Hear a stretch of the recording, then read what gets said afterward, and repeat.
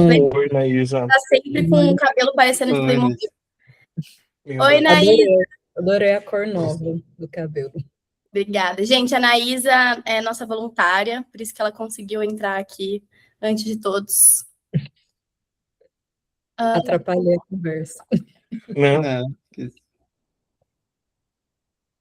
Que eu comprei isso aqui, ó. Que é isso? R$ 25 no TikTok Shop, tá? Não quero fazer reflexões sobre a cadeia produtiva dessa porra. Mas olha aqui, ó. É E bom? ela carrega. Legal. Eu tô gostando. Ah, legal. Ó, vou já compartilhar aqui a tela. Oi, Laís. Oi, Gustavo. Oi, gente. Boa noite. Boa noite. Boa noite. Olá, boa noite. Compartilhar a tela.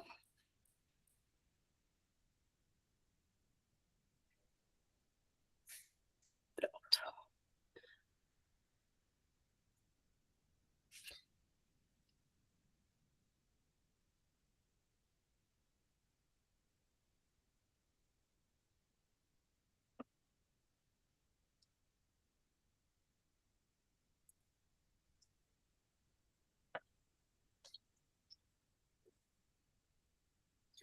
Bom, enquanto a gente está chegando aqui, vou pedir para vocês colocarem aí no chat de onde vocês estão falando, o que vocês trabalham, porque às vezes tem gente que trabalha com biologia, mas está aqui vendo coisa de futuros. Faça um OnlyFans. Que lindo, Rafael. Manda o link depois. Cara, hoje eu tive uma ideia, mas a Carol me vetou de fazer uma conta no OnlyFans de Pokémon sexualizados. Eu acho genial, tá? Você vai ganhar muito dinheiro. Em IA. Faz uma coisa meio Vocês já furry viram também, que tá em alta. Pokémon o furry. quê? Pokémon peludinho. Um negócio assim, meio ursinho carinhoso. Ah. Tem que estar por dentro das Vocês já viram... do OnlyFans também, né? Qual é assim aquela a cena, ou a série da Margot? Margot está em apuros, eu acho, Sim. em português. E daí eu vi tô vendo a série e daí eu lembrei. Porra, puta ideia, né? Pra ganhar um dinheiro aí. Eu acho genial, tá? Eu sou super a favor da gente ganhar dinheiro com o fetiche dos outros. Todo mundo sai feliz. A pessoa que tem o fetiche e quem tá ganhando dinheiro, não é? Esse não vai ser o tema que a gente vai falar hoje, tá, gente? É só um aquecimento. Então, coloquem aí no chat de onde vocês falam, vocês trabalham com o quê e vocês manjam algo de design especulativo, é a primeira vez que vocês estão ouvindo falar disso. Trabalham, já fizeram algum projeto, só estudam.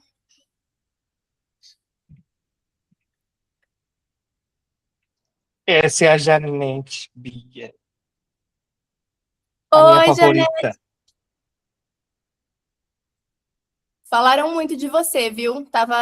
Tô animada para escutar um pouquinho do que você vai falar, que a gente vai discutir. Boa noite.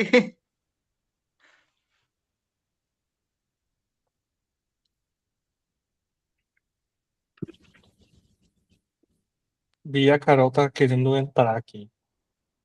Os convidados estão aparecendo aos pouquinhos aqui.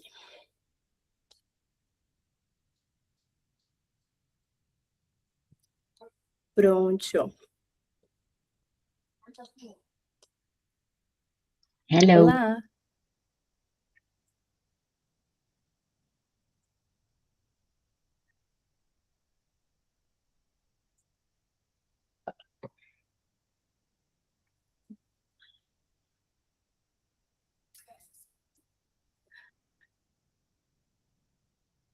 Fernando, se você acha que você está no lugar certo por a gente falar OnlyFans de Pokémon, então você realmente está no lugar certo, porque é disso para pior. Normalmente as conversas que a gente tem por aqui. Fernando, foi você que respondeu a mensagem no grupo falando que conhece o Thiago? Ai, que legal.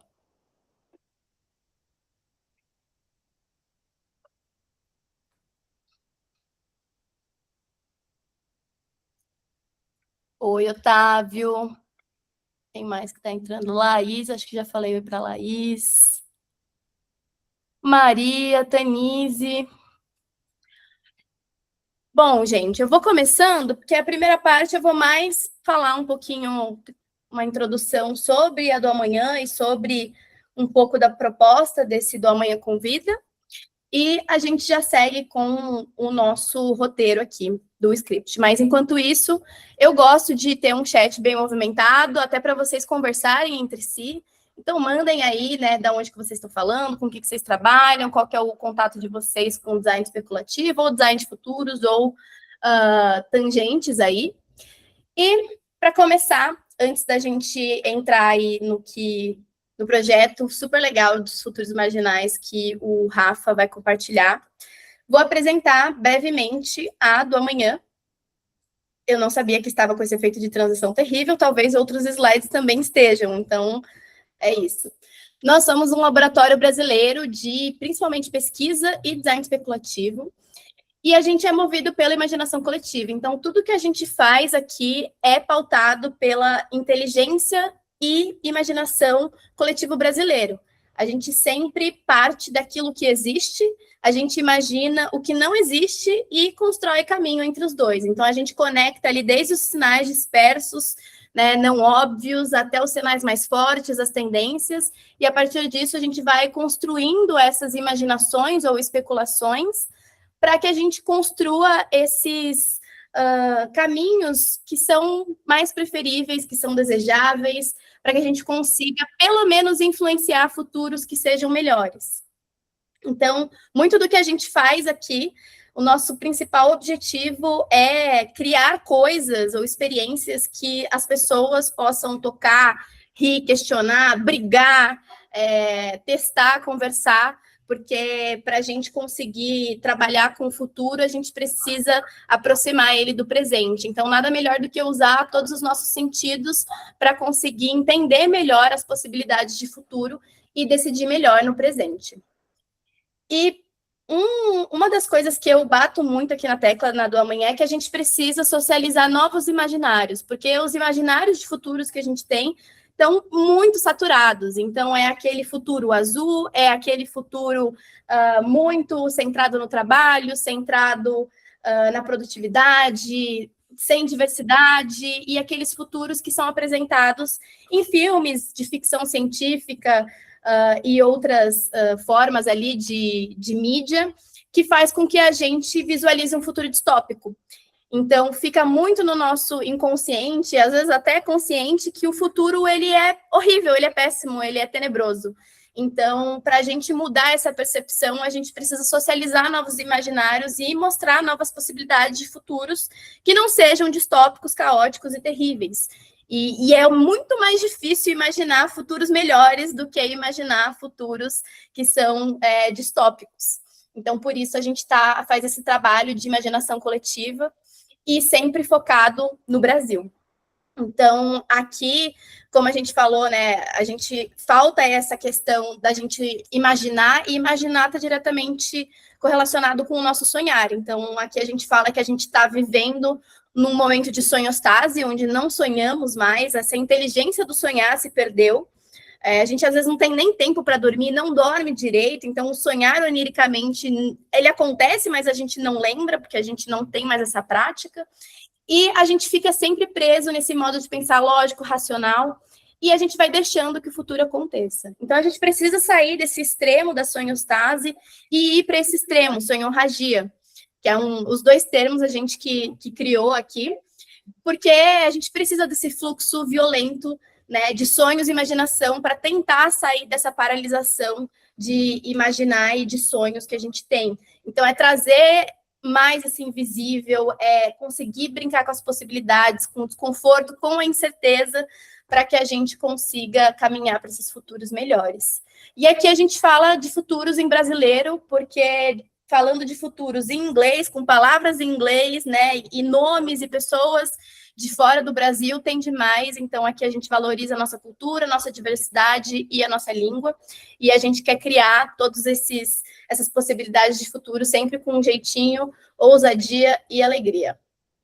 E partindo do Brasil, essa daqui é a nossa abordagem. Então, a gente fez um desenho aí para ir um pouco contra o que a gente vê dentro das ferramentas, metodologias de futuros que vêm lá de fora, que são focadas principalmente eurocentradas, que trazem muito futuro de uma forma linear. Então, aqui a gente quis quebrar um pouco disso, trazer um pouco da questão cíclica do tempo, de que uma coisa está contida na outra, e também, ao invés de falar de passado, presente e futuro, que são conceitos extremamente abstratos, né, e que a gente tem um pouco de dificuldade de entender, vamos falar daquilo que a gente entende, que a gente vivencia, que são os nossos sonhos, as nossas memórias e a imaginação. Então, para nós, a gente consegue sim viajar no tempo, através da imaginação, seja sonhando ou lembrando, rememorando ali através das memórias.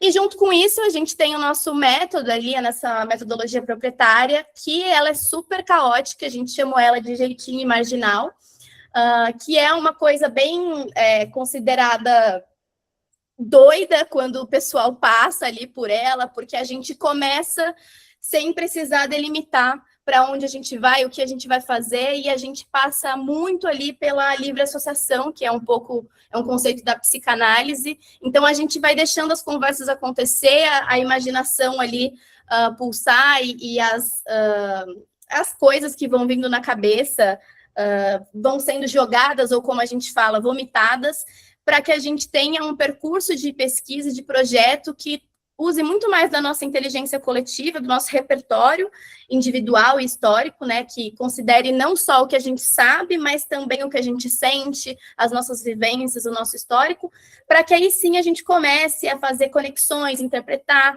A gente brinca primeiro com tudo aquilo que a gente coloca nos nossos projetos, a gente faz perguntas, a gente força extremos, para que aí depois a gente vai imaginar, transformar essas imaginações em artefatos, cenários, para só depois a gente começar a definir, então o que a gente vai pesquisar?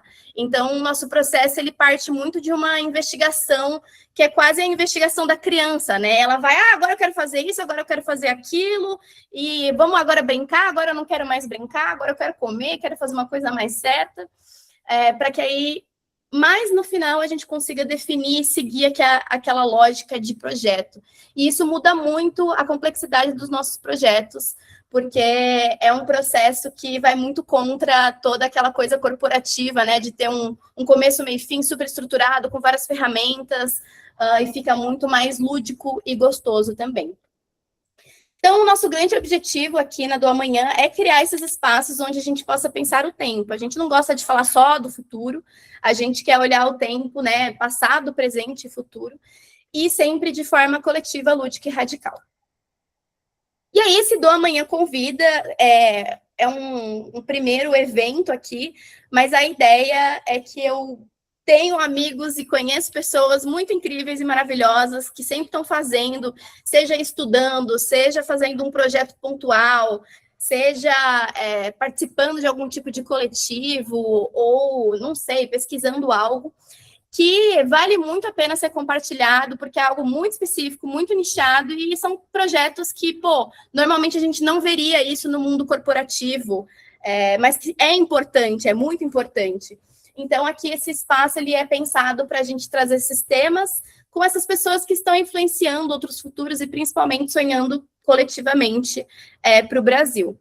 E uma das coisas que eu queria já deixar aqui para vocês é que eu estou aceitando indicações de pessoas, eu tenho aqui uma listinha já, estou até entrando em contato e falando com algumas pessoas que conheço.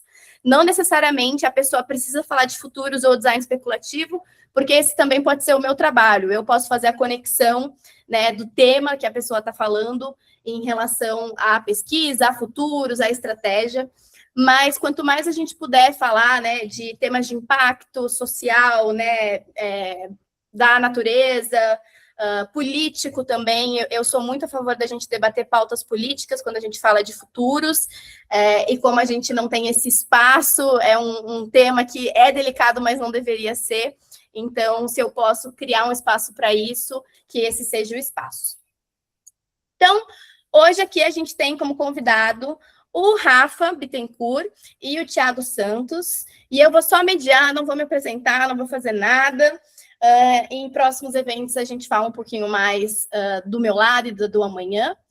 E só para eu dar um contexto aqui do como que chegamos nisso, eu conheci o Rafa no ano passado.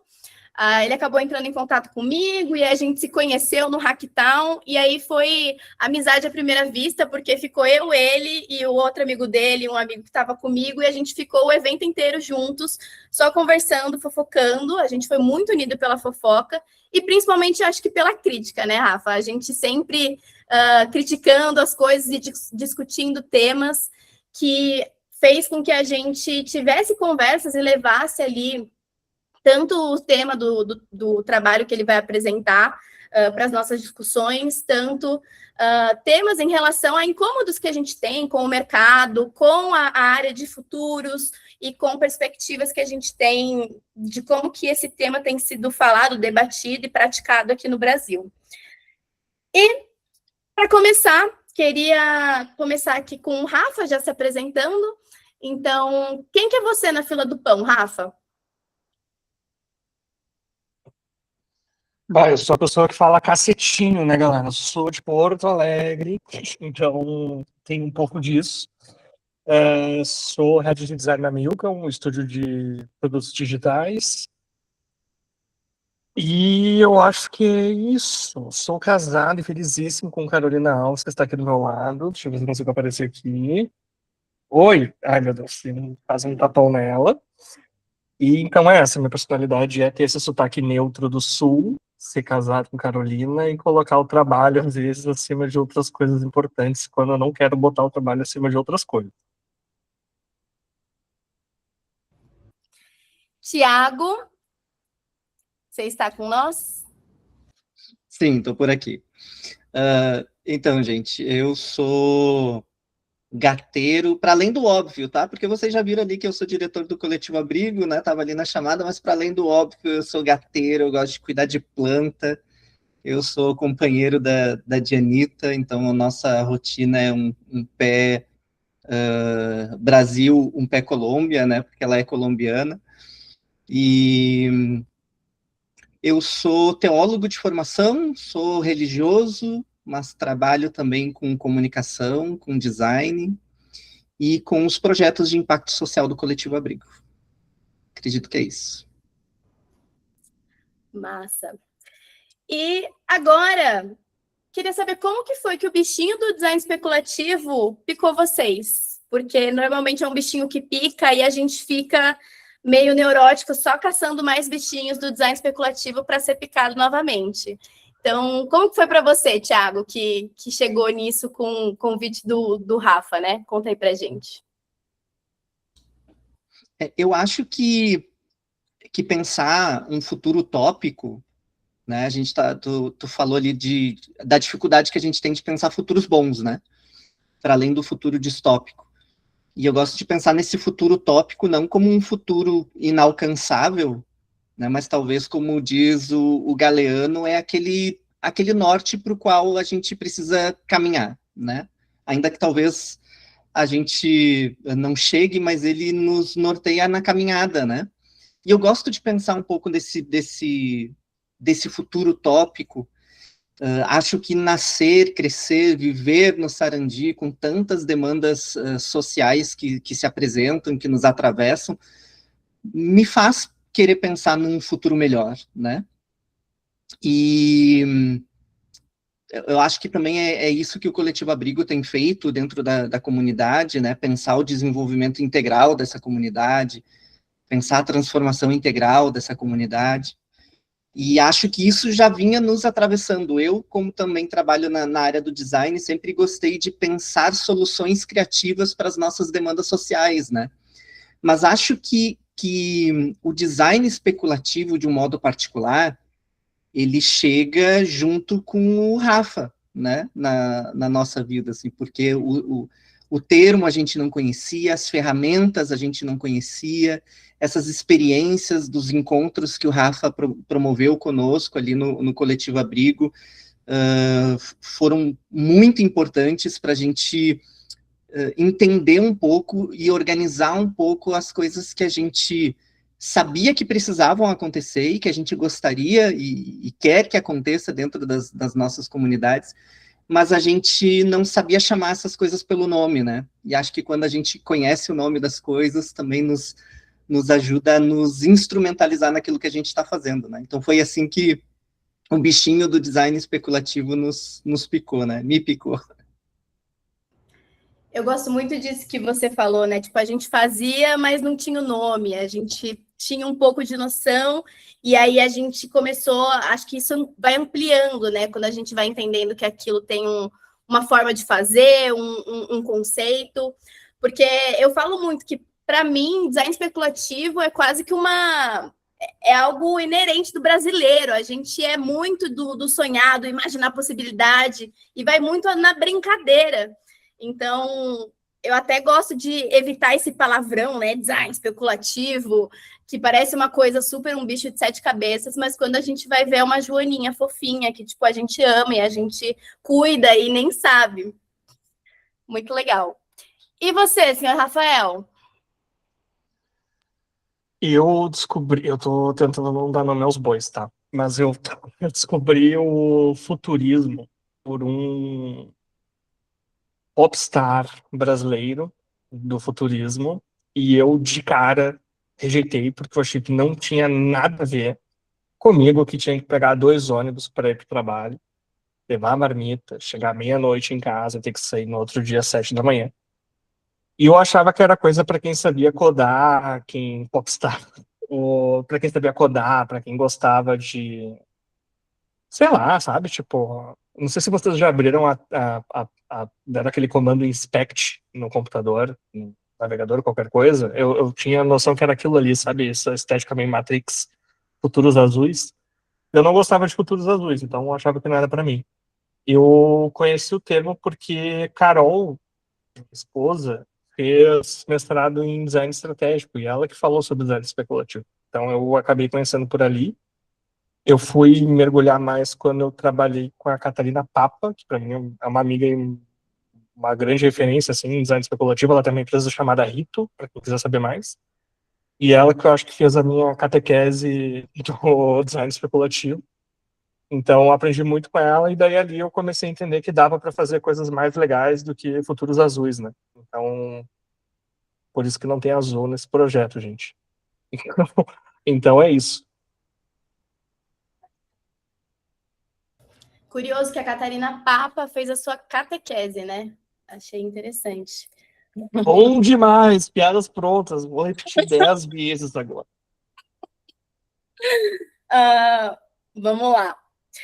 Esse é um caminho comum de acontecer, né? A pessoa está trabalhando ali com design estratégico, inovação ou até em pesquisa e começa a ver um pouco mais desse pensamento de longo prazo, e aí começa a entrar nas loucuras de design especulativo, vai para ficção científica, que é um outro caminho provável também, possível que as pessoas chegam no design especulativo, que são os nerdolas que cresceram, né, lendo os livros de ficção científica, Pokémon e etc., que acabam caindo nesse mundo aqui mais corporativo também, de aplicar ali essas ficções. Bom, então agora a gente vai ter um momento onde o Rafa vai apresentar aqui o projeto de futuros marginais. E, gente, aqui a gente tem 2 horas para conversar, vai ter aí a apresentação do Rafa, a gente vai escutar um pouco do Tiago e de pessoas que participaram do processo, depois a gente vai abrir para vocês perguntarem, comentarem, especularem junto com a gente. E eu queria que, enquanto a gente estiver aqui, né, nessa troca, vocês usassem o chat. Então, eu gosto muito da forma de interação ali, que usa esses 3 tópicos, né? O que vocês gostaram? Então, eu gostei disso, gostei daquilo. Eu adoro que vocês façam perguntas especulativas em cima de um projeto especulativo. Acho que isso ajuda, ao invés da gente pontuar, e por que você não pensou nisso? E se você considerasse, não sei, ao invés de fazer um projeto desse para questões de enchente, fazer para questões de seca? Então, sempre a gente usar o formato e se para trazer essas perguntas.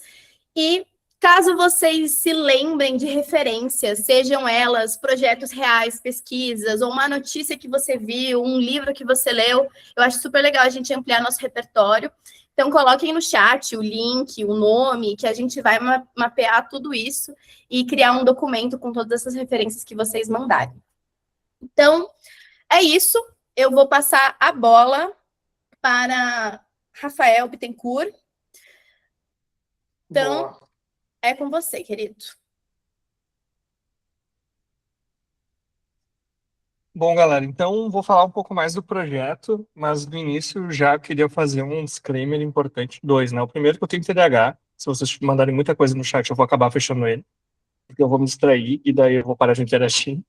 E a segunda coisa é que... Opa! É a primeira vez que eu estou fazendo essa palestra de um jeito que não é o convencional. Então, a gente, quando vai fazer narrativas, né, a gente tem essa coisa de começar, fechar e ter um ápice ali no centro, né, uma jornada do herói, aquela redenção, um grande momento da narrativa. Só que eu dei um pouco de uma investida nisso. Eu vou começar pelo final. Então, eu vou falar um pouco, vou falar do projeto e vou ir de trás para frente justificando as escolhas que a gente fez ali, as escolhas projetuais. Só que no meio, ao invés de fazer esse ápice, eu vou fazer uma depressão no sentido de que eu vou tentar abrir a cozinha. Então, espero que ajude vocês de alguma maneira, mas eu acho que é o tipo de coisa que eu queria que fizessem quando eu olho projetos desse tipo. Bom, primeira coisa, eu queria começar com esse provérbio iorubá, que fala que Exu matou um pássaro ontem com uma pedra que ele só jogou hoje. Então, reflitam. Primeira coisa a gente recebeu, no mês passado, uma carta de Alfredo Fagundes, onde ele avisou, eu e as pessoas do Coletivo Abrigo, que uma ação tinha dado certo. Que o futuro, ele estava garantido, que o futuro desejável, o futuro bom, o futuro melhor, ele tinha dado certo na linha do tempo. E ele fala, pensando o que as pessoas poderiam estar criando além, né, do que elas tinham feito. Mas o que as pessoas fizeram, né? Basicamente, o Alfredo se ligou porque ele viu que algumas respostas tinham surgido em algumas plataformas que ele tinha deixado lá na Vila Elizabeth. Então ele viu que as pessoas estavam interagindo e falando que viam futuros onde as obras estavam concluídas, onde existiam casas e casas para todo mundo. Ele também pôde perceber que existia um futuro mais colorido, mais verde, com mais vida, e principalmente que as pessoas estavam vivendo tranquilas, sem ter medo de uma nova enchente. Ele deixou alguns painéis em alguns lugares estratégicos lá na Vila Elizabeth. Um deles foi uma escola, o outro um coletivo artístico, e o outro no Beco do Grafite. E daí as pessoas conseguiam colocar lá as respostas delas para essa frase. O que você quer ver florescer na vila no futuro? Mas, ao mesmo tempo, quando as pessoas chegavam nesses lugares, elas viam essas flores. E essas flores eram um ponto-chave, assim na carta do Alfredo. Essa flor em específico é a Terminalia graffitis, que surgiu a partir do cruzamento de duas espécies. A primeira do sarandi, que é uma flor que nasce à margem dos rios, que deu o nome para o bairro Sarandi, e também dos becos dos grafites do beco. Então, ela surge nesse contexto, e historicamente também, lá no tempo de 2107, Perfeito, Bia.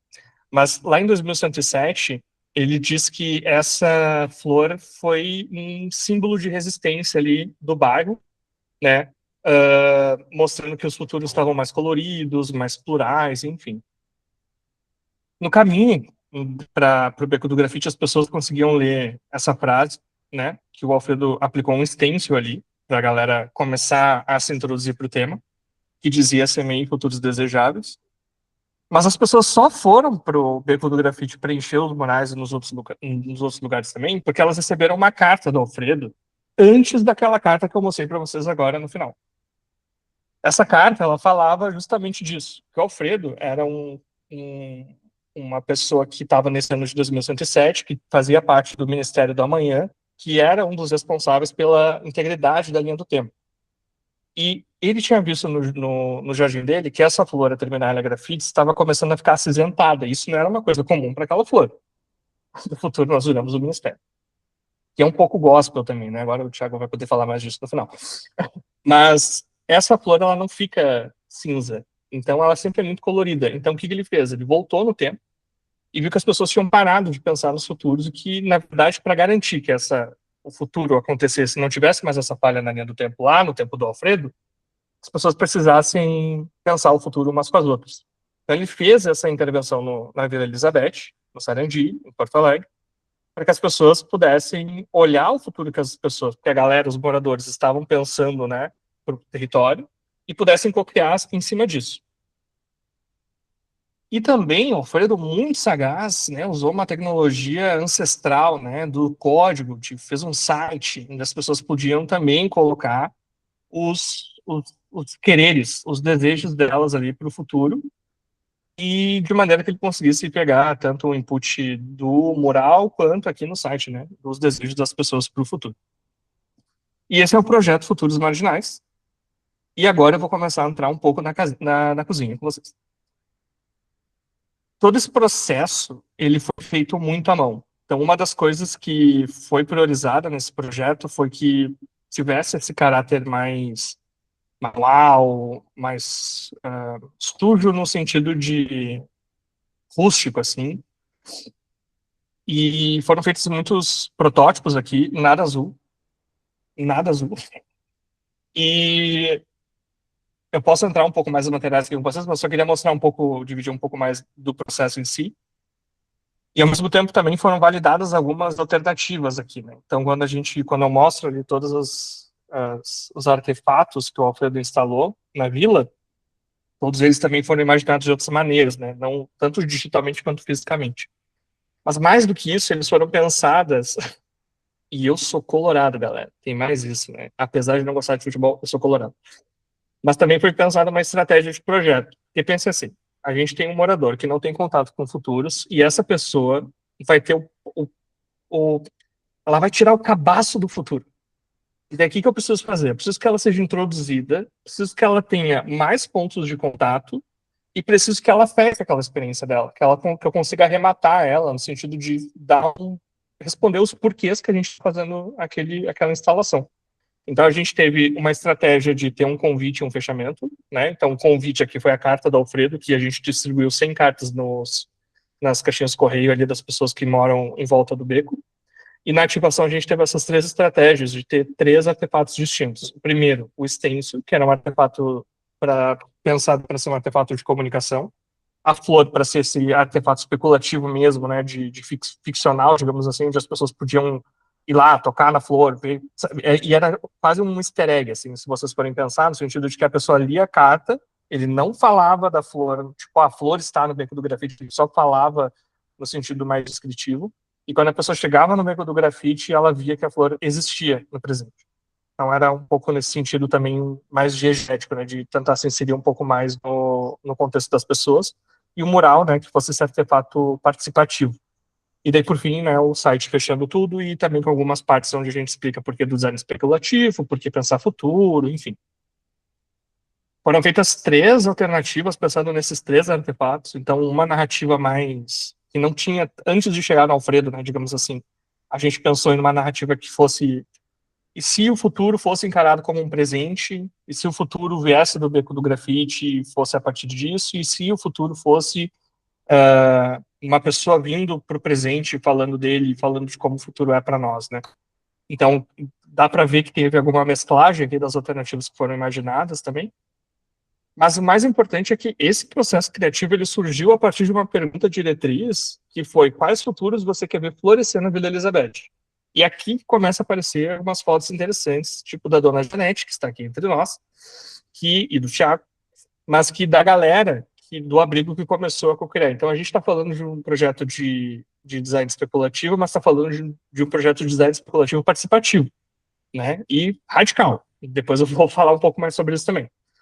Mas aqui, essa pergunta surgiu num workshop para que a gente conseguisse imaginar algumas flores que habilitassem futuros desejáveis ali a partir da visão do abrigo. Então, a gente tem algumas flores que a Janete aqui pode falar depois um pouco mais, mas a Janete pensou numa flor que fosse uma intermediadora de conversas para famílias do bairro.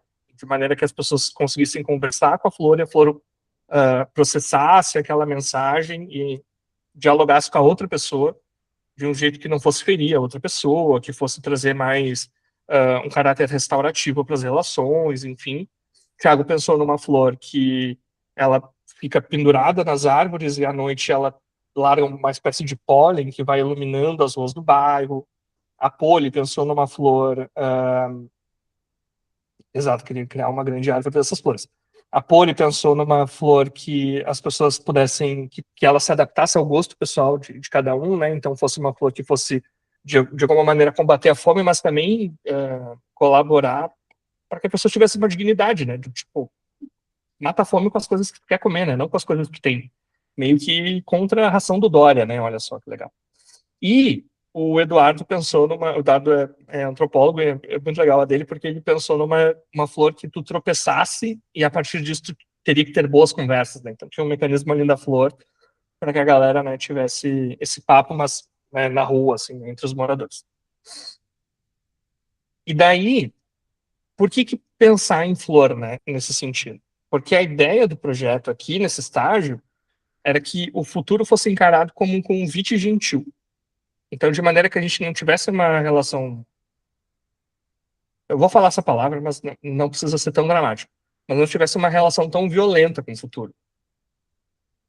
E isso surgiu a partir de um insight que daí eu tive no momento que eu estava fazendo a ideação do projeto, que eu pensei em algumas camadas. Então, tipo, os artefatos que a galera tinha feito previamente, e tinham gerado alguns artefatos, algumas questões, alguns provótipos e tal, e daí depois eu pensei em algumas perguntas e ideias. E daí eu acabei contemplando quase tudo, assim, que eu tinha imaginado, exceto uma coisa: o ódio. Teve uma das alternativas que ela era sobre fazer uma instalação em bairros privilegiados, que tinham esquecido da enchente.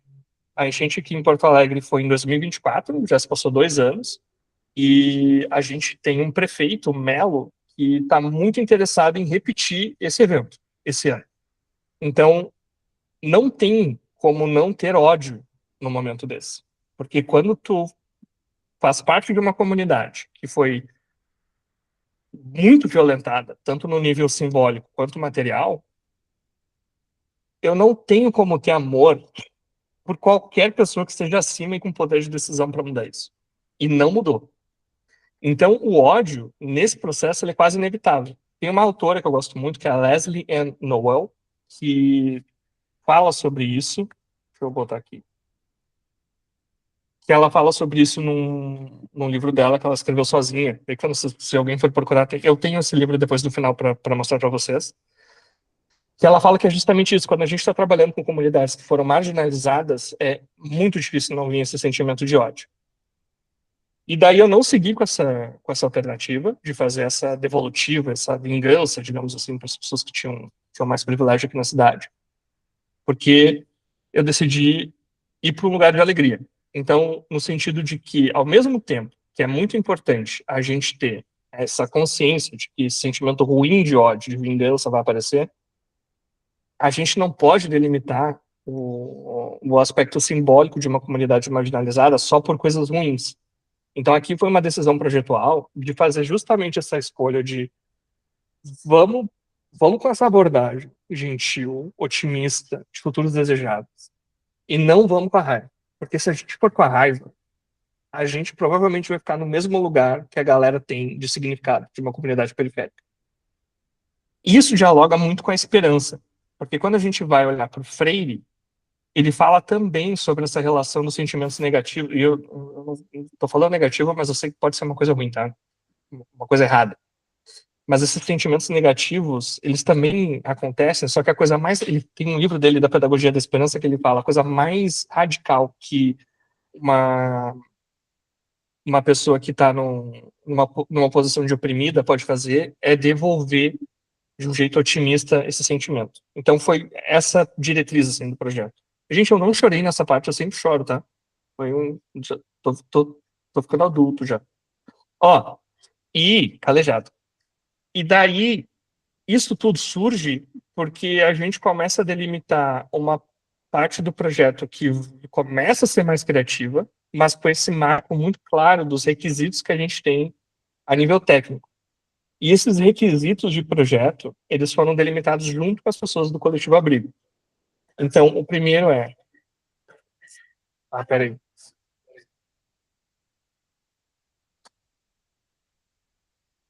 O primeiro, então, de situar a intervenção no Beco do Grafite, que é um lugar muito significativo ali para a ONG, o Thiago pode falar mais depois.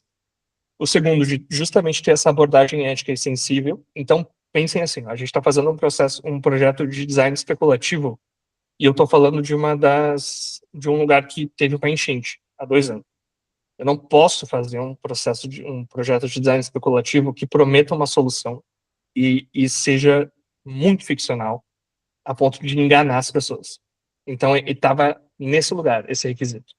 O terceiro, de estimular o protagonismo comunitário, no sentido de que as pessoas vissem aqueles materiais que tivessem vontade de fazer outras coisas, né, a partir daquilo, e ter uma experiência diegética imersiva. Não sei se todo mundo está acostumado com esse termo de diegético, mas pensem no Odisseia, né, o filme da Odisseia. Não dá para ter um Game Boy Color naquele filme, porque ele não é um objeto diegético para aquela época, para aquela cena. Então, o diegético vem nesse lugar de ter artefatos que façam sentido com o ambiente, a narrativa da realidade, né, que a gente está trabalhando. Bom, então, esses requisitos eles surgiram no segundo workshop que a gente teve. Eu sei que deve estar um pouco confuso, já que eu estou indo de trás para frente, tá, galera? Mas eu não vou abrir mão disso. Mas, esse segundo workshop foi um workshop onde as pessoas que participaram desenvolveram 4 protótipos. Então, a gente teve alguns protótipos que tinham... Protótipos são protótipos, artefatos, coisas, trecos, que existem para provocar e gerar uma conversa. Então, aqui a gente teve 4 pessoas, 4 participantes do Coletivo Abrigo aqui na nossa oficina, e a gente tem ali artefatos que estão promovendo saúde, artefatos que estão desafiando um pouco da lógica do trabalho remoto em outros planetas, protótipos que estão criando novos elementos químicos e promovendo alguma justiça social a partir disso, projetos de participação. Então, isso acabou surgindo na segunda oficina, mas, e aqui um pouco mais do ambiente ali que a gente teve. Mas tinha um problema aqui nessa oficina, porque assim, a gente está falando de design especulativo, que nem a Bia falou lá no início, é um termo que ninguém está tão acostumado, não é ninguém, a grande maioria não está acostumada. E daí pensem que eu tive que falar de design especulativo, objeto diegético, protótipo, tudo na mesma oficina, para a galera conseguir produzir esses artefatos. Então tinha esse desafio de ser um conceito muito abstrato, e a estratégia que eu usei aqui nesse workshop foi de fazer um coffee break ficcional. E eu queria muito que Thiago, Janete e Carol, acho que também está aqui, pudessem falar um pouco desse... acho que a Carol não estava nesse. Mas pudessem falar mais desse momento, porque foi uma tentativa de fazer com que a galera pudesse experimentar na pele o design especulativo à ficção e depois assimilar esses conceitos. Então eu fui lá e trouxe alguns alimentos. E daí, por exemplo, esse aqui da Inside, tá? Eu falei que era um snack de exoesqueleto de grilo com wasabi, que tinha sido feito por uma startup que estava alocada na Ocad, no Canadá, e em colaboração com a PUC, aqui no Rio Grande do Sul, que eles estavam testando essas novas comidas do futuro, né? Tinha um suco que era, não lembro qual era a empresa, mas era a família Kohlrausch, se não me engano.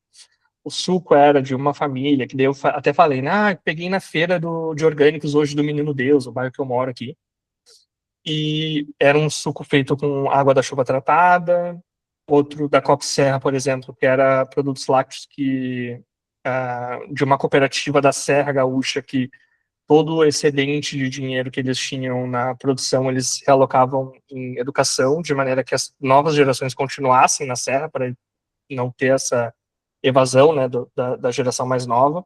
Então, fiz toda essa narrativa, construí as empresas, fiz as comidinhas lá, pra galera ir provando. Cara, tem uma foto da Poli que é muito legal, que ela tá cheirando, assim, as coisas, tipo, antes de comer. E daí o que aconteceu? Eu fiz toda essa narrativa, comecei o workshop, e no meio do workshop eu falei para eles, então, pessoal, isso aqui é uma ficção, nada disso existe, mas existiu. Então isso aqui que é o objeto diegético, né?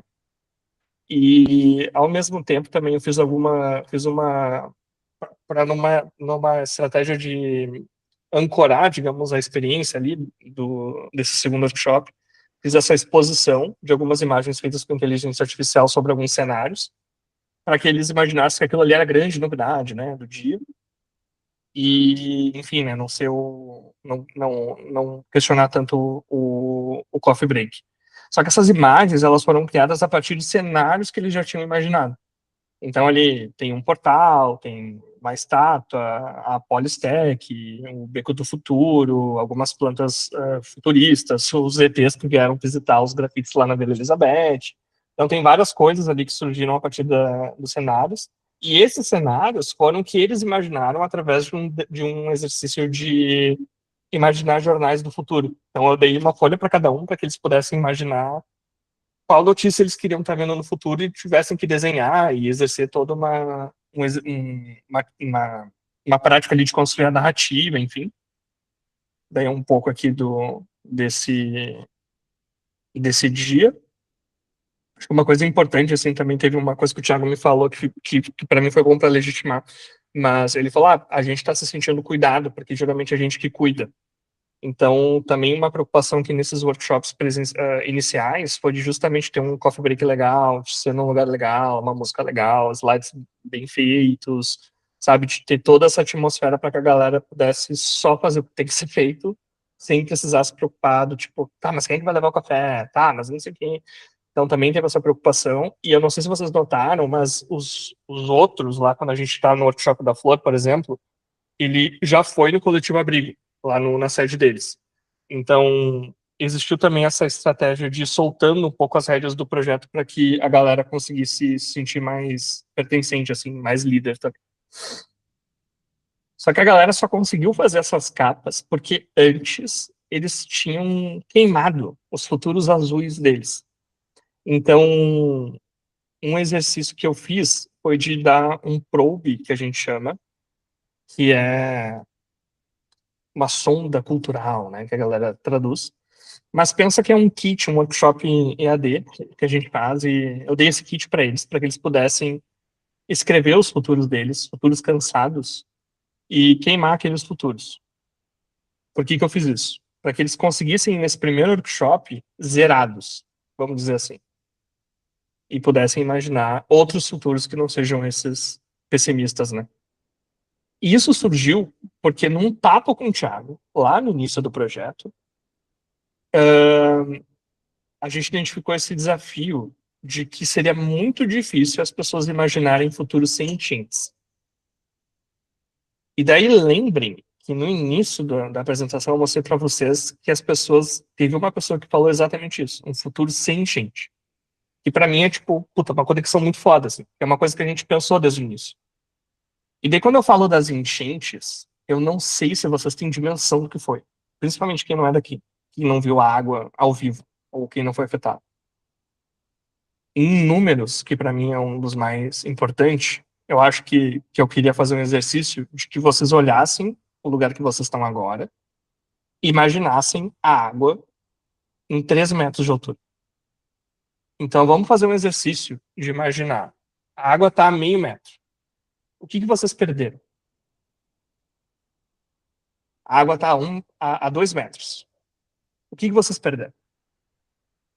Provavelmente algumas pessoas já começaram a perder roupa, objetos pessoais, documentos, e não sei se vocês pensaram, mas provavelmente fotos antigas de quando vocês eram crianças, dos avós de vocês, coisas que não dá para recuperar. Então pense em 3 metros de altura, muita coisa. E quando a gente fala das pessoas atingidas, foram 26 mil só no bairro Sarandi, e 8 mil imóveis, 8 mil casas destruídas ou atingidas. E essa água, ela ficou intacta nesses 3 metros durante 30 dias. Então pensem que não é uma enchente que acabou num dia depois. Que essa teve vários problemas ali. E quando a gente vai ver algumas reportagens, teve pessoas que só conseguiram entrar na casa de novo depois de 90 dias. E pensa que essa água que entrou por baixo, não entrou na chuva. Ela veio do esgoto, essa água, e trouxe todas as coisas junto. Então pensem, tipo, esse cenário na casa de vocês. É muito difícil pensar um futuro que não vai ser assim de novo. Então esse desafio do projeto também tem um pouco de colocar intencionalidade, assim, intenção, bem no início, assim, né, para que a gente consiga chegar minimamente onde a gente imagina que seria um ponto bom. E daí o processo desse projeto, ele foi imaginado dessa maneira. Imaginem que quanto mais ao centro desse círculo, mais participativo ele é, e mais fora, menos participativo ele é. A gente rodou em 4 fases, sendo a primeira de planejamento, onde todas as decisões foram juntos com o Thiago e algumas pessoas-chave ali do abrigo. Então, onde a gente ia fazer, quando a gente ia fazer, nada foi determinado só por mim. A gente teve uma segunda fase de imaginação, que é exatamente esses 2 workshops que eu falei para vocês, de cenários, onde eles imaginaram as capas de jornais, e o segundo, de design especulativo. E o terceiro, de cocriação, onde tem um grande vai e vem, né? Que é onde eu começo a fazer algumas alternativas, volto para o abrigo, eles me devolvem, a gente vai fazendo assim. Teve algumas consultas com especialistas bem importantes, inclusive a Catarina Papa, inclusive a Leslie Ann Noel também. E, por fim, a gente teve a fase da intervenção, onde a gente planeja e faz a intervenção lá nos artefatos que eu falei no início, lá no território, e depois a gente analisa esses dados.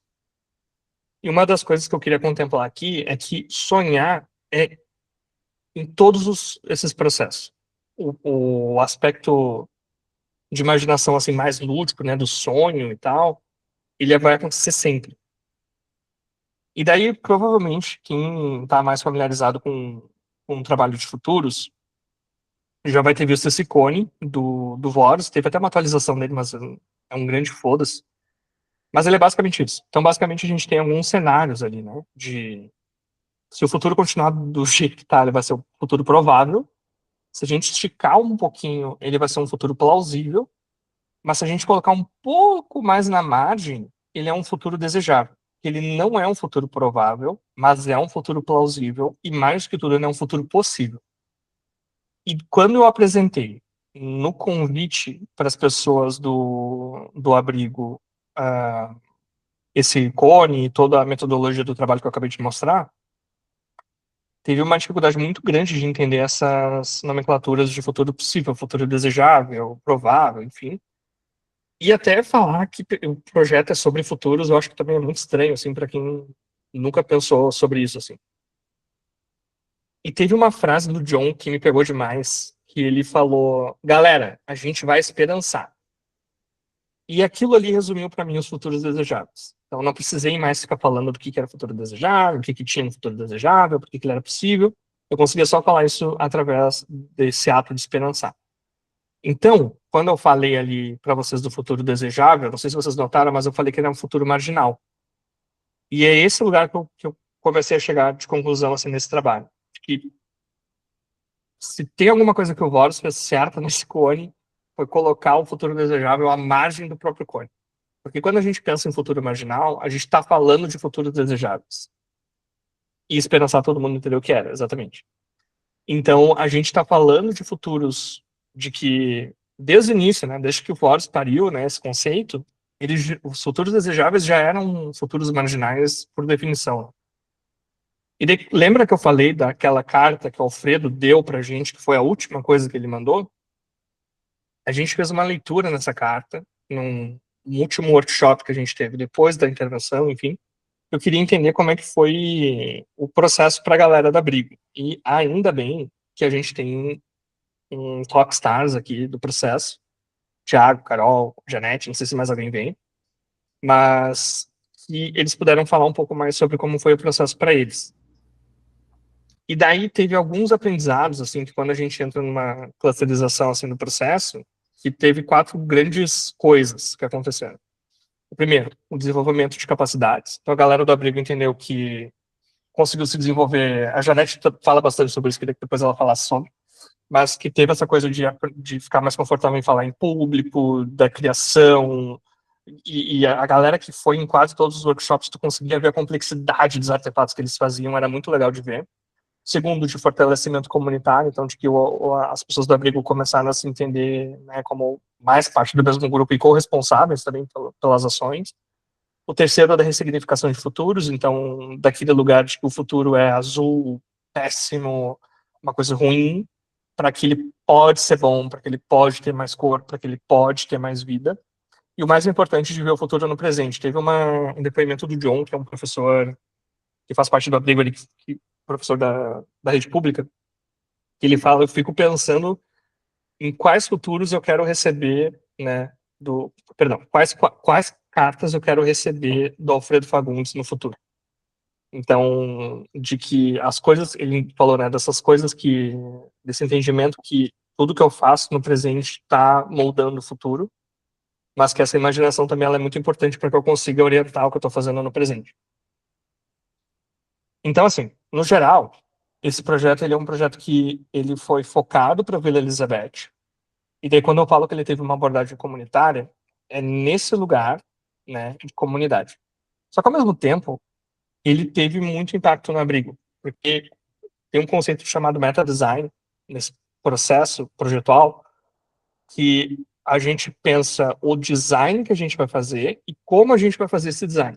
Então, imagina que tem duas camadas, né? Tanto da intervenção que a gente fez, os artefatos lá do início que eu expliquei, quanto as coisas que aconteceram e dos impactos que teve para os moradores, tanto nessa camada do próprio coletivo abrigo, que também se enxerga como uma comunidade de pessoas que estão voluntariamente lá, que dividem os mesmos valores e praticam, né, esses valores, né, nas ações deles. E a partir disso também teve benefícios para eles mesmos. Só que é muito importante também falar que eu vim da Vila Elizabeth. Então, que ao mesmo tempo é um impacto para mim também, no sentido de que eu consigo devolver as coisas que eu aprendi com o popstar futurista lá do início que eu falei.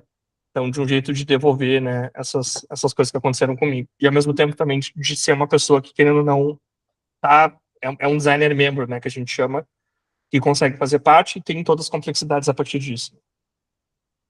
A gente se pergunta muito se quem já leu Speculative Everything, que é a obra do... E ela não foi traduzida, tá, gente? Mas ela é a obra seminal, assim, do design especulativo do Neil Raby, um casal, né?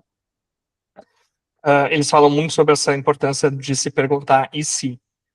Mas eu acho que o mais importante é conseguir ler esse tipo de coisa e falar um grande foda-se, assim. Tipo, tá, a gente vai pensar, beleza, agora deixa aqui com a gente que a gente vai pensar o que é o design especulativo pra gente. E para mim, uma das coisas mais importantes foi que esse projeto ele ajudou a habilitar realidades desejáveis na Vila Elizabeth, principalmente pelas lentes do coletivo abrigo, mas ao mesmo tempo, a partir desses futuros desejáveis que a gente imaginou. E não obstante esperançar esses futuros desejáveis também. Porque eu até falei com a Bia isso num papo que a gente teve, que para mim, hoje, falar sobre futuros é muito difícil. E eu prefiro deixar de falar a palavra futuro para falar sobre esperança, porque eu acho que esperança é o nome que a gente dá para essa palavra chamada futuros, aqui nas margens do sul do mundo. Quem quer saber mais, tem um monte de print de capa de livro aqui que eu coloquei, então eu sei que o público já fica falando, tipo, mas o que eu posso ler? Eu coloquei tudo aqui, então vocês vão ver que tem muito de tanto referências brasileiras quanto estrangeiras aqui, e é meio maluco assim, essa costura, mas eu acho que é bem necessário também. Eu sou muito fã de, antes de ficar destruindo as coisas de fora, de aprender a construir para destruir. Então, algumas coisas aqui, vocês vão ver que tem coisas de futuro, coisas que são mais técnicas de design, mas posso também passar um pouco por elas. E é isso.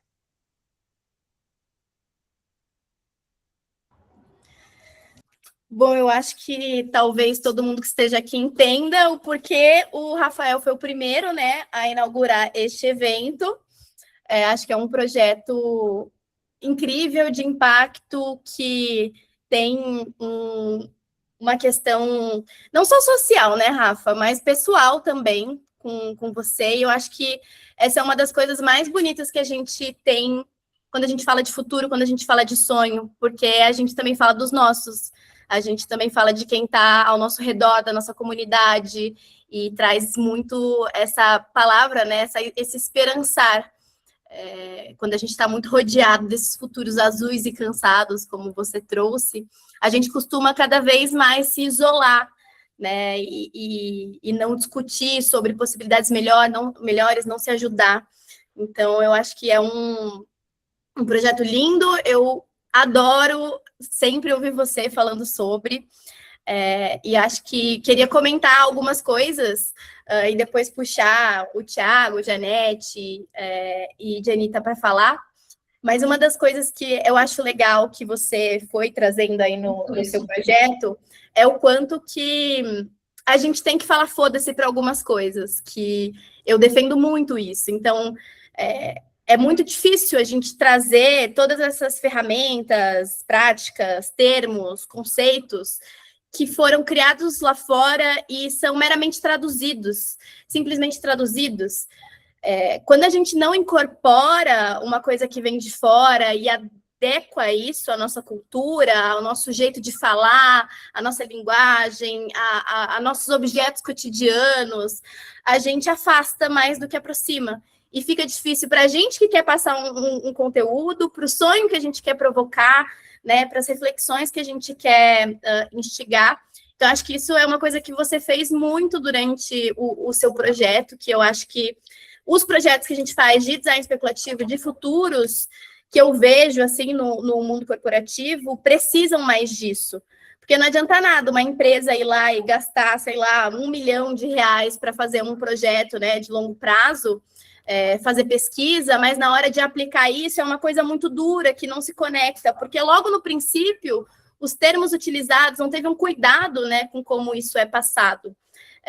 E você se preocupou com as questões simbólicas e materiais no processo todo.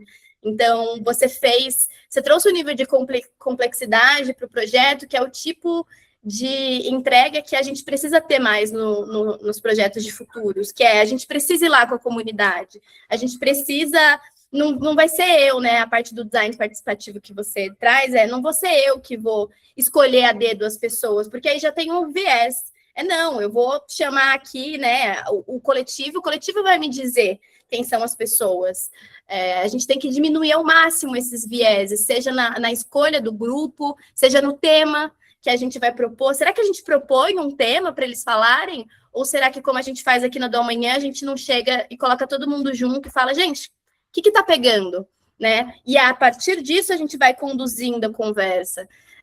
E uma das coisas que você foi fazendo também é usar diferentes tipos de práticas, né, e ferramentas. Então, você fez a flor de cerâmica, você criou um artefato, uma carta, você enviou a carta, você fez o ritual ali de queimar os futuros chatos e azuis.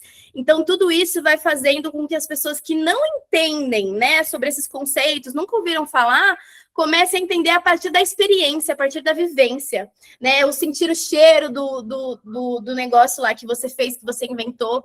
Então, você trabalhou muito bem essa questão de diminuir a complexidade usando a própria prática de design especulativo. E eu acho que o design especulativo é isso, é como a gente usa da ludicidade, da brincadeira, né, que desse faz de conta, seja um faz de conta de escrever uma carta fictícia de alguém do futuro, né, ou fazer uma comida, né, que você vai dar um contexto aleatório ali para a pessoa, que não existe para a pessoa consumir, você trouxe isso com muita propriedade. E você incorporar, né, o que as pessoas foram trazendo, como a palavra esperançar, e os futuros marginais, e ir adaptando a linguagem no meio do processo, eu acho que isso é muito rico, tanto para as pessoas quanto para nós, porque fica mais fácil para a gente, que tem a teoria, conseguir explicar para as pessoas que não têm. Então, só queria fazer um pouquinho desses comentários, e agora queria eu vi que o Thiago tinha aberto o microfone, queria ouvir um pouco do seu lado, Thiago, de quem recebeu aí esse convite, quem participou, eu até queria que, se você achar que fizer sentido, conectar um pouco com o seu lado acadêmico aí de teólogo, né? Porque isso mexe muito com a fé. E a fé move muito a gente, né? Não necessariamente falando de religião, mas sim do esperançar mesmo que tem desse projeto, na situação, né, que vocês vivenciaram, a coletividade. Então, queria começar escutando um pouquinho você. Bom, eu não estava preparado para falar do ponto de vista da espiritualidade, da fé, mas deixa eu pensar a partir da espiritualidade da fé. Todo mundo já deve ter visto em algum momento aqueles panfletinhos de testemunha de Jeová, ou de outras religiões que tem aquele futuro, né, onde tudo é verde, onde as pessoas estão ali abraçando os tigres, os leões.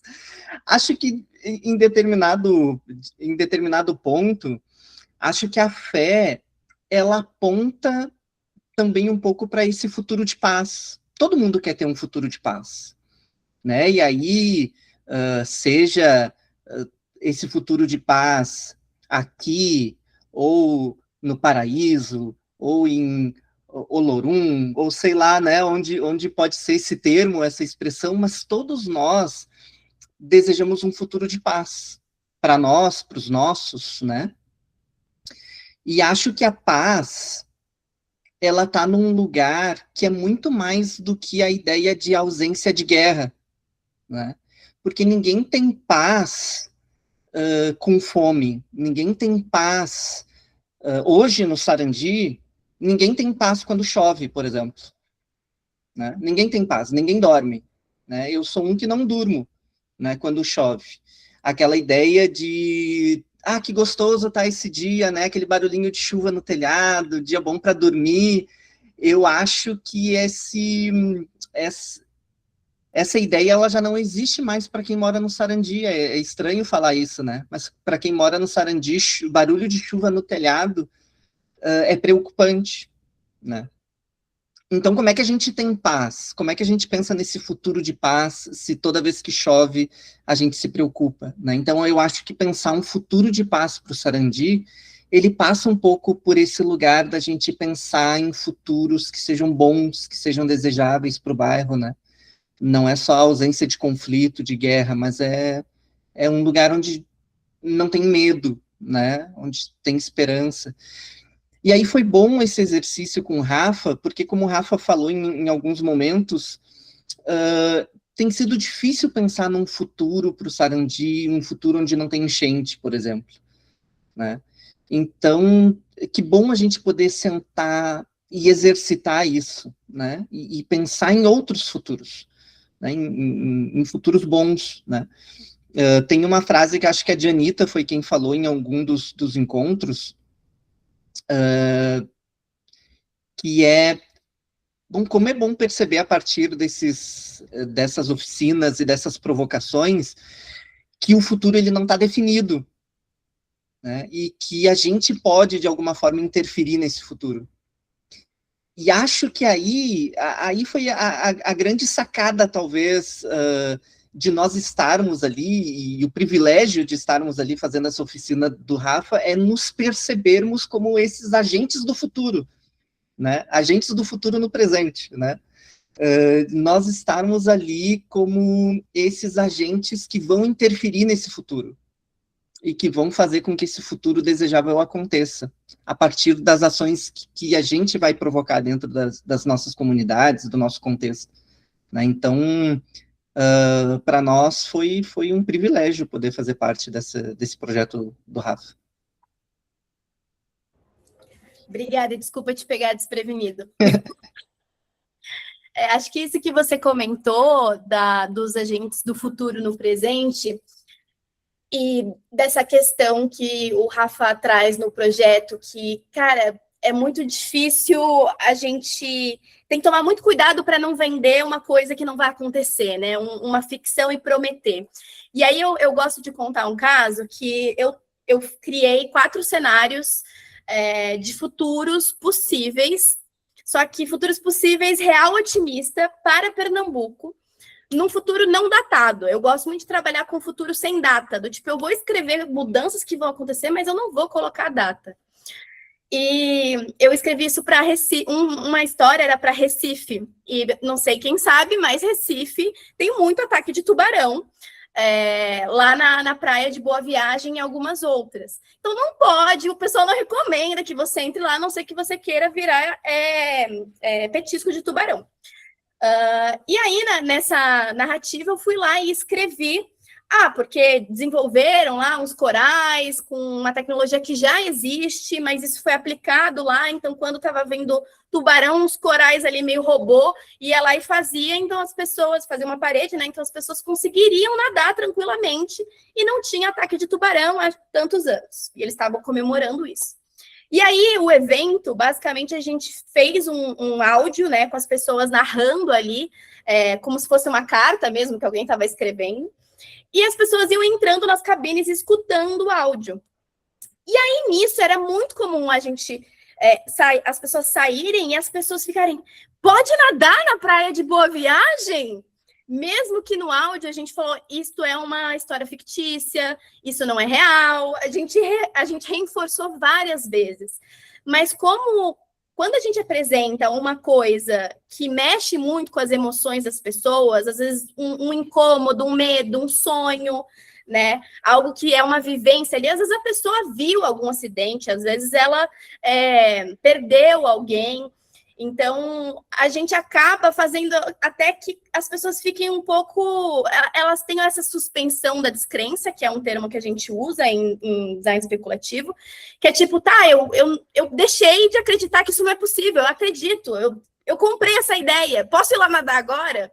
Não, você não pode. Isso daqui é uma história fictícia para a gente imaginar uma possibilidade. E essa questão, né, de ter esse cuidado... ela é uma linha também muito tênue, porque ao mesmo tempo que a gente precisa fazer com que a pessoa suspenda a descrença e se sinta ali, né, seja deslocada para esse futuro, a gente também precisa trazer ela de volta, do tipo, não, isso não é verdade. Mas esse é uma coisa que quando a gente mexe, né, com esses conflitos internos, a gente consegue, pelo menos, influenciar. E é por isso que aqui na Do Amanhã a gente não fala que a gente cria, projeta futuros desejáveis, o que seja. Porque eu acho que é muito difícil a gente garantir que tal coisa vai acontecer. E que o meu projeto, eu bater no peito e falar, o meu projeto vai, não sei, evitar enchentes. Vai XYZ. Porque o mundo é muito complexo, as coisas, né, acontecem, né, de uma forma completamente improvável. Então, se a gente consegue, pelo menos, influenciar, pelo menos esperançar, pelo menos fazer com que as pessoas parem de pensar um futuro ruim e pensem um futuro melhor, eu acho que o trabalho do design especulativo, ele está feito. Ele está feito e está muito bem feito. Porque basta, acho que, uma pessoa compartilhar um sonho para inspirar outra pessoa a sonhar. Então, eu falo muito sobre sonhos e é muito comum quando eu pego uma pessoa ali desavisada e vou falar sobre sonhos, a pessoa não sonha sei lá quantos anos, e na mesma semana ou no mesmo dia a pessoa sonha, tem um sonho muito doido e vem me contar. Então, acho que esse é um dos poderes que a gente tem ali quando a gente fala de design especulativo e que tem muita relação, né, com toda essa questão da fé, da espiritualidade e também desse esperançar que eles trouxeram. E aí, falando disso tudo, queria escutar um pouco agora Janete, que foi muito comentada aqui. Tô doida para escutar o que você tem para falar sobre sua experiência. E Dianita. Então, deixa eu combinar vocês aqui. A Dianita, infelizmente, não pôde estar conosco. Opa, não tem problema. Mas a Janete está aí. Beleza. Então, boa noite. Participar do workshop foi para mim uma experiência maravilhosa, como eu repeti muitas vezes, né, e um privilégio, porque a gente às vezes para de sonhar mesmo, né? Às vezes a gente está envolvido com pandemia, com enchente, com tristezas, com lutos e com tantas coisas que a gente para até de pensar às vezes. E quando surgiu esse workshop e me chamou a atenção, e eu gosto de desafios, como eu sempre disse, a questão de saber o que vem, né? Qual é o sentido. E no primeiro encontro, o desafio foi maior, porque eu tinha dificuldade até de colocar no papel, apesar de eu ser contadora, apesar de eu ter um trabalho meio público, assim, mas eu tinha dificuldade de expressar como eu ia colocar o que o Rafa estava colocando ali para a gente. E eu lembro que eu estava ali pensando e pensando, o Rafa sentou do meu lado e começou a me provocar alguns pensamentos, alguns desafios. E eu comecei, desbloqueei, sabe? Quando dá o clique, eu disse, pô, eu posso. E aí eu comecei a imaginar, comecei a colocar no papel, comecei com algo que depois eu modifiquei, mas o desafio de pensar e de ter esperança, ele é maravilhoso, porque faz você, apesar de não estar no mar de rosas aqui no sul, a gente consegue pensar e visualizar coisas boas para a gente, né? Que a gente pode mudar, sim, o futuro com com algumas atitudes que a gente pode ter, ou com alguns projetos que a gente pode ajudar outras pessoas também saírem do marasmo, né? Porque às vezes a gente se acomoda, às vezes a gente não tem muita... como eu disse que eu não gostava muito de falar em público, então hoje já não é mais o meu problema esse, porque eu consegui colocar para mim mesma um limite e a sabedoria de colocar algumas coisas na hora certa. Então, isso eu aprendi no workshop e foi, assim, para mim, de grande valia em todos os sentidos, né? Na vida pessoal, no meu trabalho, e sobre sonhar, que é possível, sim, sonhar.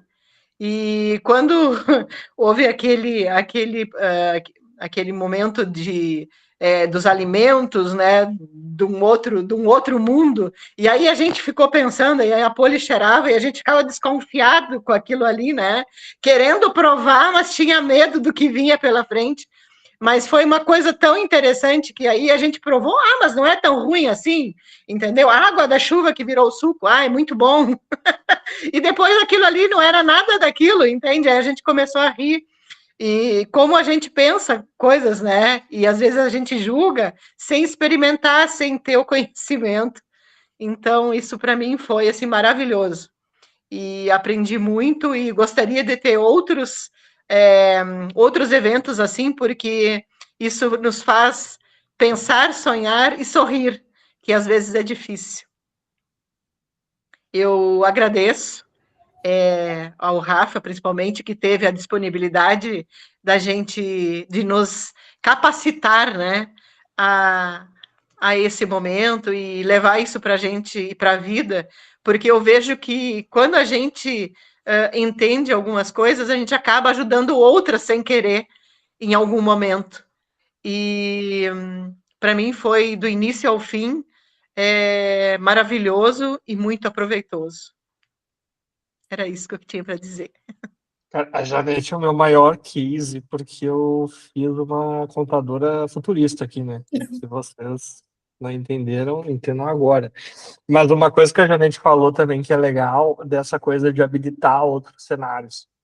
Daí eu queria até pedir para o Thiago talvez falar mais, porque entre o workshop 1 e o 2, eles fizeram uma moeda comunitária, o Saranda. E daí eu falei com o Thiago, tipo, tá, mas por quê? Ele, a gente fez as oficinas aqui e a gente desenrolou. Daí, claro, né, tem toda a história, né? Tipo, não surgiu a partir das oficinas, mas acho que essa vontade de botar a mão na massa e construir talvez sim. E eu acho que esse projeto tem muito esse caráter de ir desbloqueando outras coisas, né? Que a maioria a gente provavelmente nunca vai conseguir mapear, mas essa foi mapeada, além desse desenvolvimento das habilidades que a Janete falou. Aí, Thiago, se tu puder compartilhar um pouco mais também. Eu comentei com o Rafa que ali dentro das ações que a gente desenvolve na comunidade, bom, a gente está falando de um coletivo que tem procurado pensar desenvolvimento integral da comunidade. Desenvolvimento integral passa né, pela integralidade da comunidade, de todas as pessoas ali, né.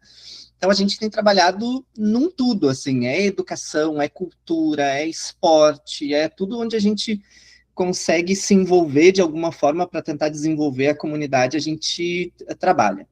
E eu disse para o Rafa que ainda tem um futuro que eu desejo para a comunidade, que a gente ainda não alcançou, mas que eu vislumbro ele, que eu olho para ele, e são projetos que a gente possa gerar renda, projetos que a gente possa gerar empregabilidade e etc. E uma das coisas que eu acho que poderia ser possível desenvolver com isso era a ideia de um banco comunitário, uma moeda comunitária, algo nesse sentido, só que sempre ficou nesse desejo, sempre ficou nessa vontade, né? Já era uma coisa antiga e que a gente nunca botou em prática. E aí, com as oficinas ali do Rafa, pensando esse futuro da comunidade, voltou de novo essa ideia, não, a gente precisa desse projeto. Eu acho que um pouco também dessa provocação do que o Rafa nos colocou ali, desse trabalho manual, né, de desenvolver, de desenhar, de recortar, de colar, essa coisa do manual me deu muita vontade também de, cara, eu quero desenhar essa moeda, quero fazer o desenho dela, quero... E aí fui atrás, pesquisei a ideia do sarandi, que é uma planta, né? É o nome de uma planta. Então a moeda, ela tem o desenho dessa planta, enfim. E aí, justamente ali nesse interim entre um workshop e outro do Rafa, nós tivemos um evento dentro da comunidade no Beco do Grafite, que é esse espaço cultural que a gente desenvolveu ali. Para vocês terem uma ideia, era um espaço bem degradado, é um beco mesmo da comunidade, um beco como qualquer outro beco, mas com paredes feias, sem iluminação. A comunidade, para atravessar ali, precisava, à noite, por exemplo, usar a lanterna do celular para conseguir andar pelo beco, chegar até as suas casas. E o coletivo adotou aquele espaço, rebocou aquelas paredes, pintou elas, a partir disso ela ganhou iluminação pública, porque ganhou visibilidade. Ela virou um espaço instagramável, as pessoas vão lá para fazer videozinho de TikTok. Essa semana foi muito legal, Rafa, que eu cheguei lá, tinha motos dentro do beco, e tinha uma loja que vende motos que estava fazendo fotos das motos ali para colocar no catálogo, né? Então, o beco deixou de ser um simples beco e foi transformado, né? E são coisas assim que a gente imagina para a comunidade. E aí, nós, ocupando esse beco com um evento ali na comunidade, com capoeira, com música, com não sei o quê, nós tivemos uma ideia que foi chamar comerciantes locais e falamos para eles a ideia da moeda. Olha, nós estamos estreando hoje uma moeda social. A gente nunca fez isso antes, é uma experiência. Vocês vão fazer parte dessa experiência com a gente, e acho que essa coragem da gente experimentar também veio um pouco dos workshops do Rafa, assim, né? Da gente se experimentar a comunidade também, e botar a comunidade a experimentar coisas novas. E a partir dali a gente fez circular essa moeda dentro desse evento, e com essa moeda, a comunidade comprou coisas nesse evento. Comprou açaí, eu lembro que era um verão, né? Assim, comprou açaí, comprou refrigerante, comprou pastel, comprou... Enfim, resultado. Só nesse evento, nós tivemos mais de 1.000 sarandas circulando no evento. E cada saranda é o equivalente a R$1, né? Então, nós tivemos mais de R$1.000 circulando no evento, né? Que foi super bacana, tipo, também impulsionou bastante o comércio local ali. E são coisas que a gente tem pensado num futuro para essa moeda. Hoje ela é impressa ali, né? Ainda ela circula nos nossos eventos, mas ela tem circulado somente nos nossos eventos. Mas por que não daqui a pouco ela virar uma criptomoeda, talvez, uma moeda, né, virtual que possa circular dentro da comunidade pelo comércio, enfim, mas acho que foi uma experiência que ela só saiu do papel também um pouco por causa das provocações que a gente teve no workshop, né? Eu acho que tem só pra, desculpa, Bia, mas tipo, uma coisa que eu acho que é muito legal, porque quando a gente fala de design participativo, a gente fala, tipo, ai, olha como é importante pensar no processo, mais do que o artefato final, e daí, tipo, eu achei engraçado que ninguém tá falando do artefato final. Tipo, a gente tá falando muito mais do processo, porque o processo foi muito importante aqui. Então, acho que também é um jeito de, tipo, justificar um pouco, né? E quando a gente vai pra teoria, fica muito nesse lugar e pouco entendível, né? Porque no design, porra, tu ganha prêmio por causa do que tu faz, né? Tu bota no portfólio a coisa final. Então, falar do processo eu acho que é muito legal. Mas daí, Bia, também não sei se eu posso fazer isso, mas eu queria muito ver se tem perguntas, assim, da galera, assim, sobre detalhes do projeto, do processo do trabalho também.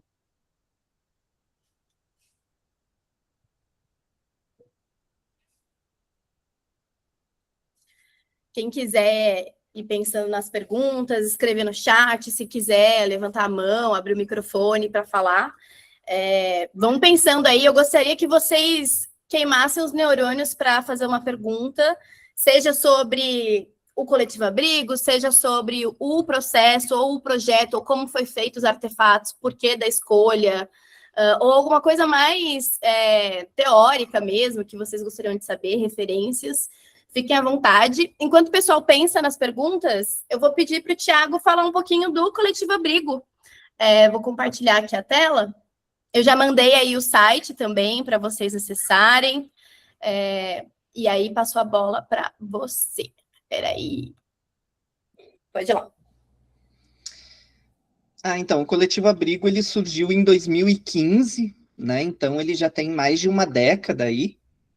E ele foi um projeto desenvolvido ali muito no início, bem no iniciozinho do nosso coletivo, ele era organizado por estudantes universitários, então pessoas formadas em diferentes áreas. Acho que daí vem um pouco também dessa nossa veia também um pouco criativa, né? Porque são pessoas de várias áreas de formação diferente. A gente sempre teve essa característica no coletivo dessa diversidade de formações, de histórias, enfim. E ele surge ali em 2015 justamente para a gente colocar esses projetos de impacto que a gente imaginava em prática, né? Ele surge muito mais ali a partir também de pessoas... o que nos uniu ali Rafa já até tá rindo, né? Mas o que nos reuniu ali? O que fez esse grupo se encontrar, já que ele é tão diverso? Eu acho que vocês não estão preparados para saber dessa história. Queria dizer isso. Já que ele é um grupo tão diverso, enfim, de pessoas de formações diferentes, mas o que nos une, né? O que fez a gente se reunir ali em comum? Mas são pessoas... Uma suruba que acontece regularmente em Porto Alegre, tá? Com o maior organizador da América Latina. Não, mas olha só, o que nos reuniu ali foi justamente uma frustração dentro da nossa caminhada de fé, né? A gente está falando um pouco de espiritualidade, mas são pessoas que vieram de comunidades religiosas que eram muito conservadoras, que também tolhiam provocações, tolhiam ideias, tolhiam pensamento crítico, e essas pessoas saem, então, rompem com as suas comunidades de fé e se reúnem num lugar onde elas podiam pensar fé também de uma forma crítica, né? E a partir daí, então, a gente cria projetos de impacto social que nós gostaríamos de desenvolver. A gente começa com projetos de discussões sobre fé e política dentro da universidade, começa aí o nosso projeto, mas a partir daí também o coletivo foi mudando, porque as pessoas foram se formando, aí a gente já não estava mais dentro desses espaços acadêmicos, mas ainda assim tinha vontade, de levar todo esse conhecimento e provocações que a gente adquiriu dentro dos espaços acadêmicos para as nossas comunidades. E foi a partir daí, então, que o coletivo teve uma nova fase, que era menos as provocações acadêmicas e mais gerar uma transformação real agora, né, dentro das nossas comunidades. E aí o Coletivo Abrigo, ele tem sido esse guarda-chuva para acolher projetos criativos, de impacto. Inclusive, fica aqui o convite para cada um de vocês que quiserem também desenvolver projetos, quiserem colocar os seus projetos em prática, em teste, acho que a gente está muito aberto para levar esses projetos para as nossas comunidades. Assim como o Rafa, a gente tem acolhido dentro do Coletivo Abrigo ali projetos de extensão acadêmica com a URGS, com a UFIXPA. Pelo fato da gente ser tão diverso, assim, a gente tem acolhido projetos de várias áreas também, da sociologia, do design. A UFIXPA, por exemplo, é da área da saúde, né? Então a gente tem acolhido projetos da saúde. Nós temos ali dentro do coletivo a Karine, que é a terceira no ranking nacional de boxe feminino, e com ela a gente tem desenvolvido também um projeto de boxe dentro da comunidade. Então a gente tem abraçado todas as áreas, na verdade tem sido um grande guarda-chuva, assim, para projetos criativos e projetos de impacto, para a gente desenvolver de forma integral a Vila Elizabeth, né? Acho que é isso. Muito incrível. Adorei a fé crítica. Eu adoro pegar os meus amigos que são mais cartesianos, assim, na questão da religião, e ficar discutindo horas, assim, com eles. Acho que é um dos tópicos favoritos, que as pessoas evitam, mas eu gosto muito de falar. E eu acho que ter vocês aqui acho que uma das coisas mais legais, né? Não só mostrar o Rafael vir apresentar o projeto dele e pronto, mas é escutar a Janete, é escutar você, Thiago, é ter esse momento para saber um pouco do Coletivo Abrigo, da história e dos sonhos futuros, né? Em relação também à Saranda, à moeda e outros planos.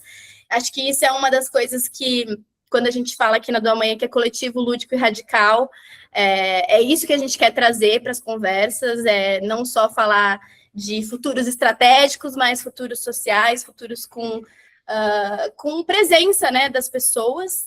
E isso é algo que está me motivando muito na minha vida pessoal. Então, até fazendo um recorte, eu estou me mudando, já vai fazer um mês que eu estou me mudando em Reforma, ainda não acaba, e eu vou voltar para o meu bairro de infância, que é um bairro periférico também.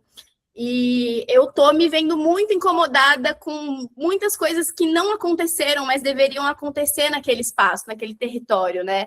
Então, tem um terreno baldio gigante na frente da minha casa, e esse terreno é cheio de lixo, o muro caiu, né? E ninguém tem a vontade de, eu vou lá sozinho e resolver isso daqui. Mas se a gente juntar a comunidade, a gente pode fazer junto, a gente pode sonhar junto. Às vezes, 1 hora de trabalho de 30 pessoas junto é uma coisa gostosa, que a gente consegue tirar o lixo, que a gente consegue pintar um muro, a gente consegue levantar recursos. Então, acho que o presente precisa muito mais das pessoas fazendo mais pelo social, pela comunidade, pelos nossos vizinhos, para a gente se aproximar e conseguir ir construindo esse futuro mais matriarcal e mais, né, coletivo. Então, faço esse comentário aqui. E queria aproveitar, a gente arrecadou ali R$160, e agradecer a essas pessoas queridas que contribuíram. Caso vocês queiram contribuir com o coletivo, vocês podem fazer o Pix para mim, que eu vou passar para o Thiago, assim que a gente terminar aqui. E queria deixar aqui agora aberta para a gente perguntar, fazer comentários, sonhos, devaneios. Quem já participou do falatório sabe que a gente pode mudar de assunto, caso a conversa flua. Então, não tem muito certo ou errado aqui. Acho que é mais legal a gente fazer agora a conversa girar.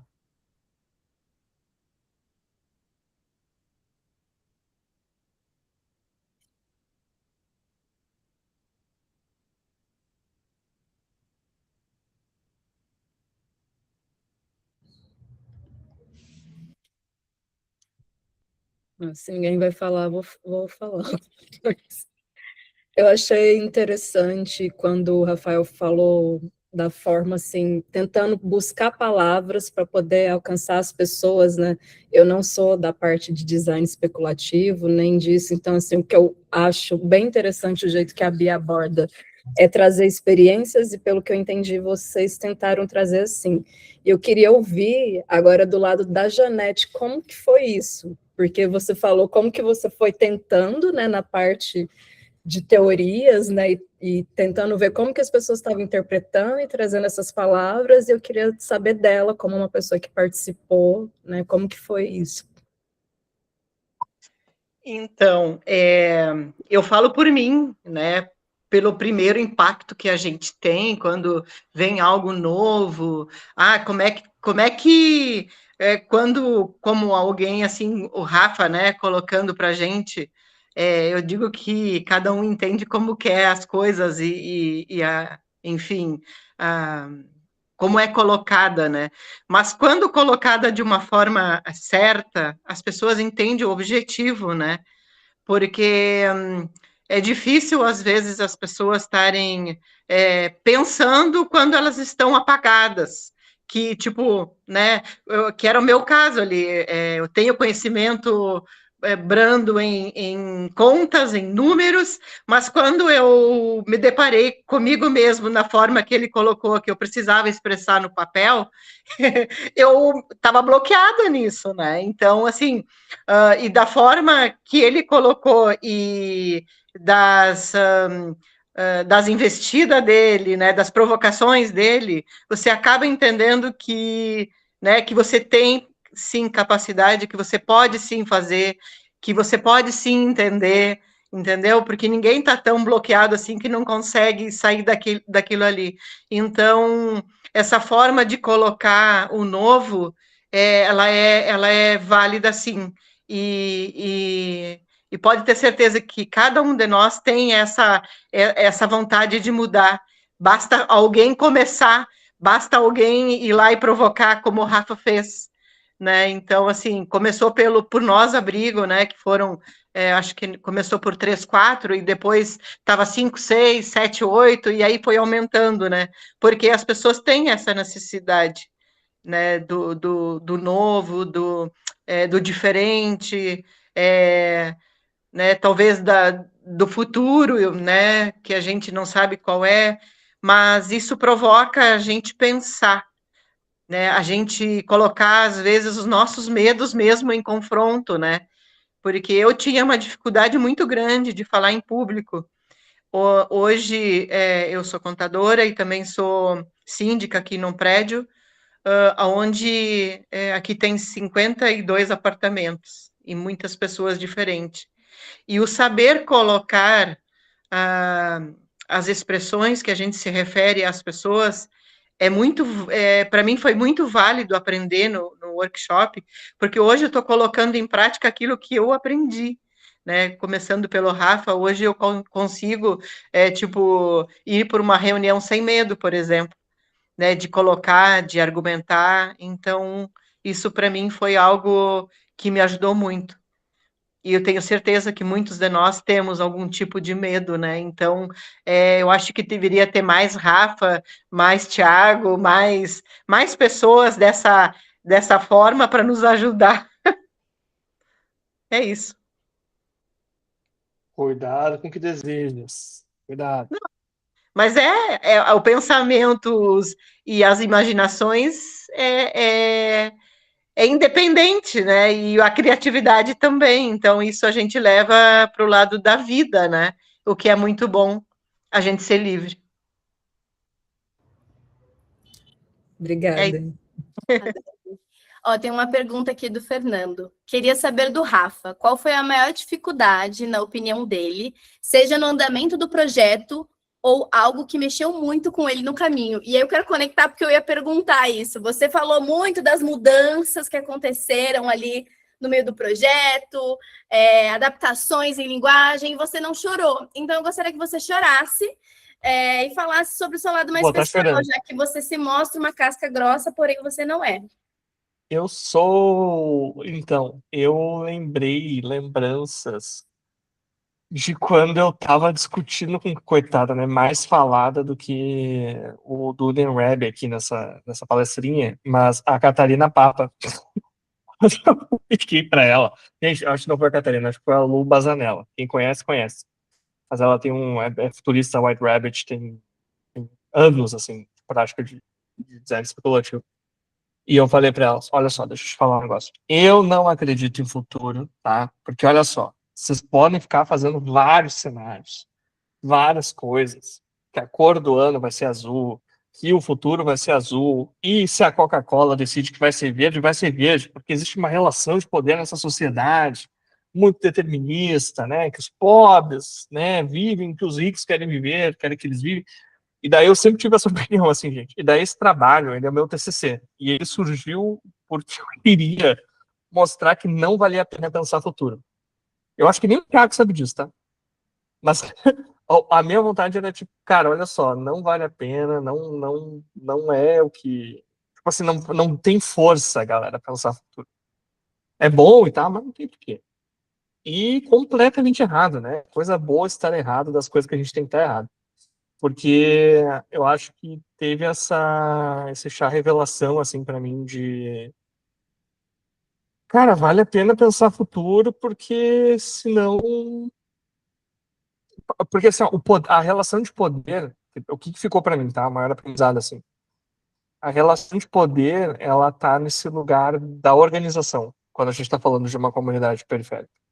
Ela não tá no tipo, a galera tem mais grana, a galera tem mais acesso, participa de mais decisões, e por isso eles vão determinar o futuro. Eu acho que isso só acontece quando se organiza. Então, por isso que o design participativo para mim foi bem importante aqui. Não acho que tem que ser sem ser participativo. E daí, ter um design participativo no processo tem um problema importantíssimo, que é tempo e dinheiro. Porque eu não sei se vocês notaram, mas eu gastei uma grana boa nesse projeto. E não é todo mundo que tem essa grana disponível. Nem eu tinha. Mas ela foi gasta. E tem uma outra questão do tempo, que é outra coisa que a Leslie fala no livro dela também. Enfim, eu falei bastante da Leslie, a Leslie estava na minha banca, assim, para mim ela virou uma puta referência.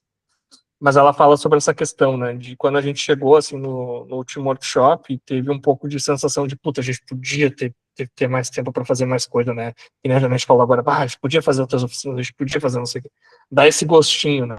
Mas ele também vem, não porque a gente não teve tempo de fazer as coisas, mas porque eu até falei numa frase, assim, na escrita, que o bom futuro leva tempo, ele exige tempo.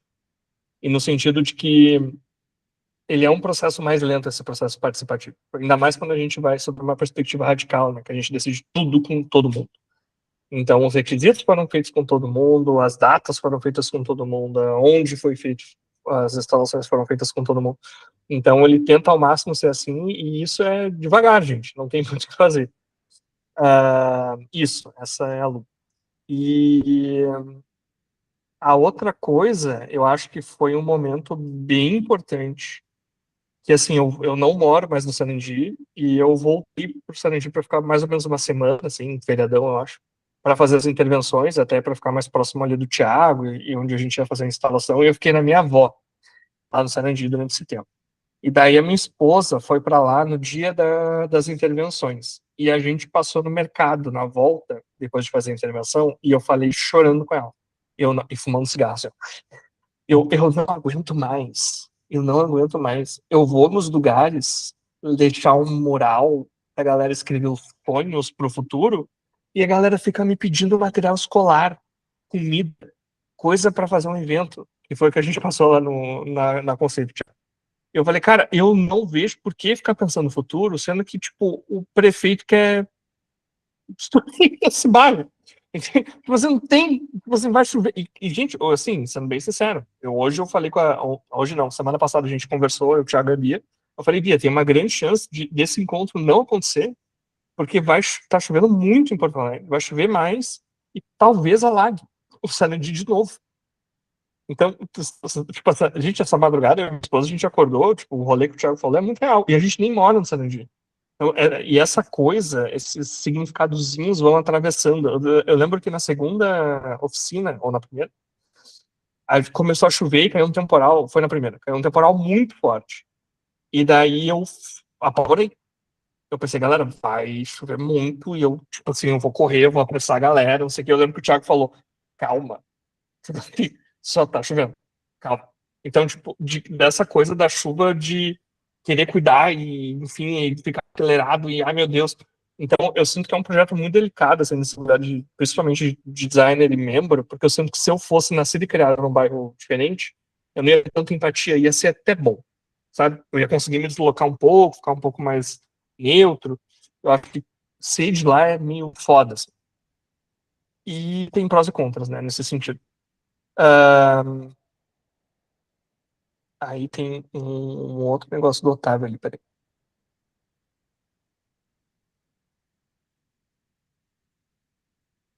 Isso, isso. Não, concordo muito. Então foi uma pergunta, mas acabei de ler aqui dentro da minha cabeça e concordo muito, Otávio. Muito obrigado.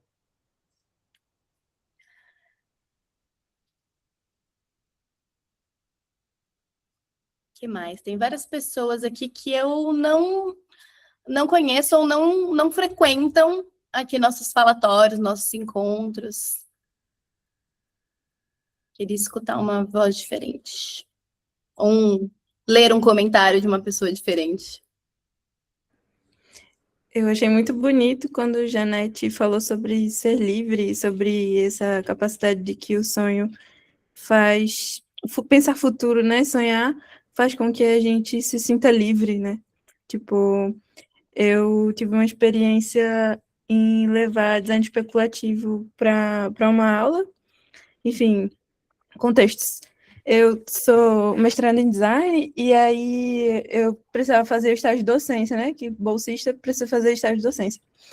E aí é um curso, o curso de design que tem lá na UFCG, né? É bem coisa de produto, vamos fazer coisas para pessoas fabricarem coisas bem duras, assim.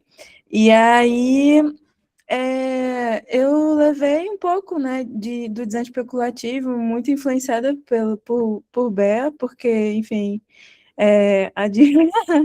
E eles ficaram muito empolgados. O projeto, né, eles precisavam fazer projetos de embalagens de delivery, de comida. E aí eu apresentei e tal, eles já estavam na fase de terminar o projeto, e teve lá uma galera que imaginou uma embalagem de comida japonesa que transformava-se numa caixa de joias, assim, com, tipo, meio que... Tem um conceito de comida japonesa meio que é como se fosse joias, né? E aí eles desenharam, enfim, coisas nesse sentido. E aí eles ficaram muito empolgados, porque eu vi isso, sabe? Deles colocando os desejos deles nas embalagens, enfim. Teve uma menina que falou, e se eu tivesse sei lá, um capacete com um negócio de helicóptero em cima, e, enfim. E aí eu vi aqueles alunos que eram para pensar coisas, embalagens de delivery, etc., se sentindo livres para pensar coisas, tipo, teve outro lá que aí pensaram já num sistema mais robusto, enfim, coisa de, uma embalagem retornável, enfim, coisas nesse sentido. Mas eu vi que eles se sentiram livres, sabe? E aí, depois também que eu tive mais contato com design especulativo, eu senti essa necessidade também de pensar com liberdade, né? Tipo, de poder ultrapassar mesmo. Tinha essa visão do Rafael antes de conhecer o design especulativo, de que a gente estava preso mesmo ao sistema e estamos fadados a acabar, assim, sei lá, inteligência artificial para sempre. Mas não, porque a gente pode imaginar coisas diferentes, sabe? E aí é isso, eu fiquei muito emocionada. Também compartilho com o sentimento de Beck, que fala sobre a comunidade que ela vai voltar agora, né? Enfim, eu também tenho imaginado o lugar de onde eu vim. Eu sou de Duque de Caxias, no Rio de Janeiro, mas eu moro em Campina Grande, na Paraíba. Eu vim para cá estudar e tal. E aí, aqui eu vejo uma movimentação super diferente de onde eu nasci.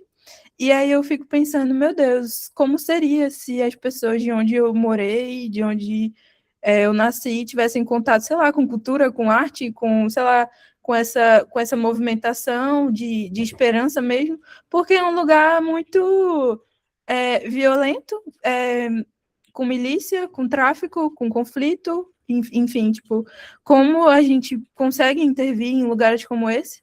Porque, enfim, são sistemas bem complexos, e aí pessoas dominadas pelo neopentecostalismo, e aí todo esse endurecimento, né, que também dialoga um pouco com o que o Thiago estava falando sobre fé, etc e tal, só que eu sinto que dentro desse contexto, essas pessoas têm um pouquinho de dificuldade de imaginar, assim, porque é isso, é sempre esperando o Salvador chegar e, enfim, e aí a gente não faz nada, a gente só fica nessa espera do Salvador chegar. E, enfim, coisas nesse sentido. Mas eu fiquei muito, muito emocionada com o projeto, Rafael. Mexeu um pouco, me cutucou um pouco para pensar coisas para onde eu morei também, enfim, é isso. Eu acho que tem uma frase do Emicida que ele fala: jamais volte para sua quebrada de mão e mente vazia. Eu acho que esse é o espírito, assim, que eu tô saindo. Mas tem uma coisa que eu adoro entrar no meu Facebook para olhar as coisas, as lembranças, sabe? Tem 10 anos atrás, olha só como eu era estranho. E esses dias eu entrei e eu tinha. Eu sou ex-crente, gente. Eu conheci o Thiago na igreja. E uma das coisas que eu li foi que eu tinha publicado um versículo da Bíblia que eu não vou lembrar, Thiago e Janete, mas era alguma coisa do tipo. Puta, tu lembra? Eu falei contigo, né? Era alguma coisa tipo, puta, o Senhor quer pra você futuros bons de paz e esperança. E eu falei, cara, olha só, paz, esperança e futuros da mesma palavra, 10 anos atrás, da mesma frase, 10 anos atrás. Então eu acho que tem uma coisa disso de que eu acho que tem uma visão massa, assim, que o Abrigo tem de pensar, que eu acho que a gente estava falando sobre isso, acho que foi no terceiro, não, foi no último workshop que a gente teve uma grande discussão teológica que eu dei um chilique, e daí o Thiago, não sei se foi o Thiago que falou, mas alguém falou, tipo, que tem um rolê que a galera acha que vai ser arrebatada, né, que vai ser levada para cima, que o paraíso está acima das nuvens, o nosso lar, né? E tem uma visão deles do tipo, não, Jesus vai vir, né, para cá, Deus, e a gente constrói esse reino. E eu acho que isso tem muito do trampo deles, que eu acho muito bonito, assim, essa relação de construir, não que é um lugar diferente para mim, oposto, eu acho que até desse lugar neopentecostal, de esperar o pior vir para depois a gente sair dessa porra desse planeta e ir para outro lugar, sabe? Que daí foda-se quem fica, vamos lá para cima, de tudo vai ser perfeito. Mas de ir num lugar diferente, de construir esse reino, de exercer a fé a partir das obras, para para isso ser aqui, sabe? Não no sentido de tipo ir para outro lugar e deixa aqui a quem ficar, sabe? Eu tô super esperando o arrebatamento, tô achando que eles estão atrasados, inclusive, já deu. No lado pessimista, eu fico, por favor, venha, alienígenas, invadam, sabe? Mas do lado otimista é isso, né? Por que a gente vai ficar deixando o mundo um inferno se a gente não pode construir pelo menos um pouco? Se cada um fizesse um pouquinho, né, com as próprias mãos, o mundo seria, com certeza, muito mais próximo desse paraíso da utopia do que a gente está hoje. Bom, acho que por hoje é tudo isso. Juntos somos melhores, né? É isso. Exatamente, Janete. Janete, te convido também para participar dos nossos encontros online. Às vezes a gente faz, às vezes a gente não faz, depende do meu humor. Mas normalmente a gente faz. Vou voltar agora em agosto. E a gente sempre tem encontros, que é o falatório, e a gente chega ali e fala sobre sonhos, fala sobre as coisas ruins que estão acontecendo, coisas boas. Então, já que você gostou um pouquinho dessa prática aí com o Rafael, que é meio doido das ideias, eu também sou um pouquinho doido das ideias, igual ele. E a gente pode pensar... A Bia é mais. Eu sou mais? A Bia é mais. A Bia é mais. Mas eu gosto de desafios, né, Rafa? Então, tá tudo bem. Eu sugiro. Tá. Obrigada, pessoal. Obrigada a vocês pela presença, pelo tempo. e espero vocês num próximo encontro. Obrigado, Cheiro, gente, pelo beijo. convite, pela escuta atenta. Obrigado. Valeu, galera. Valeu. Ah, tem uma coisa.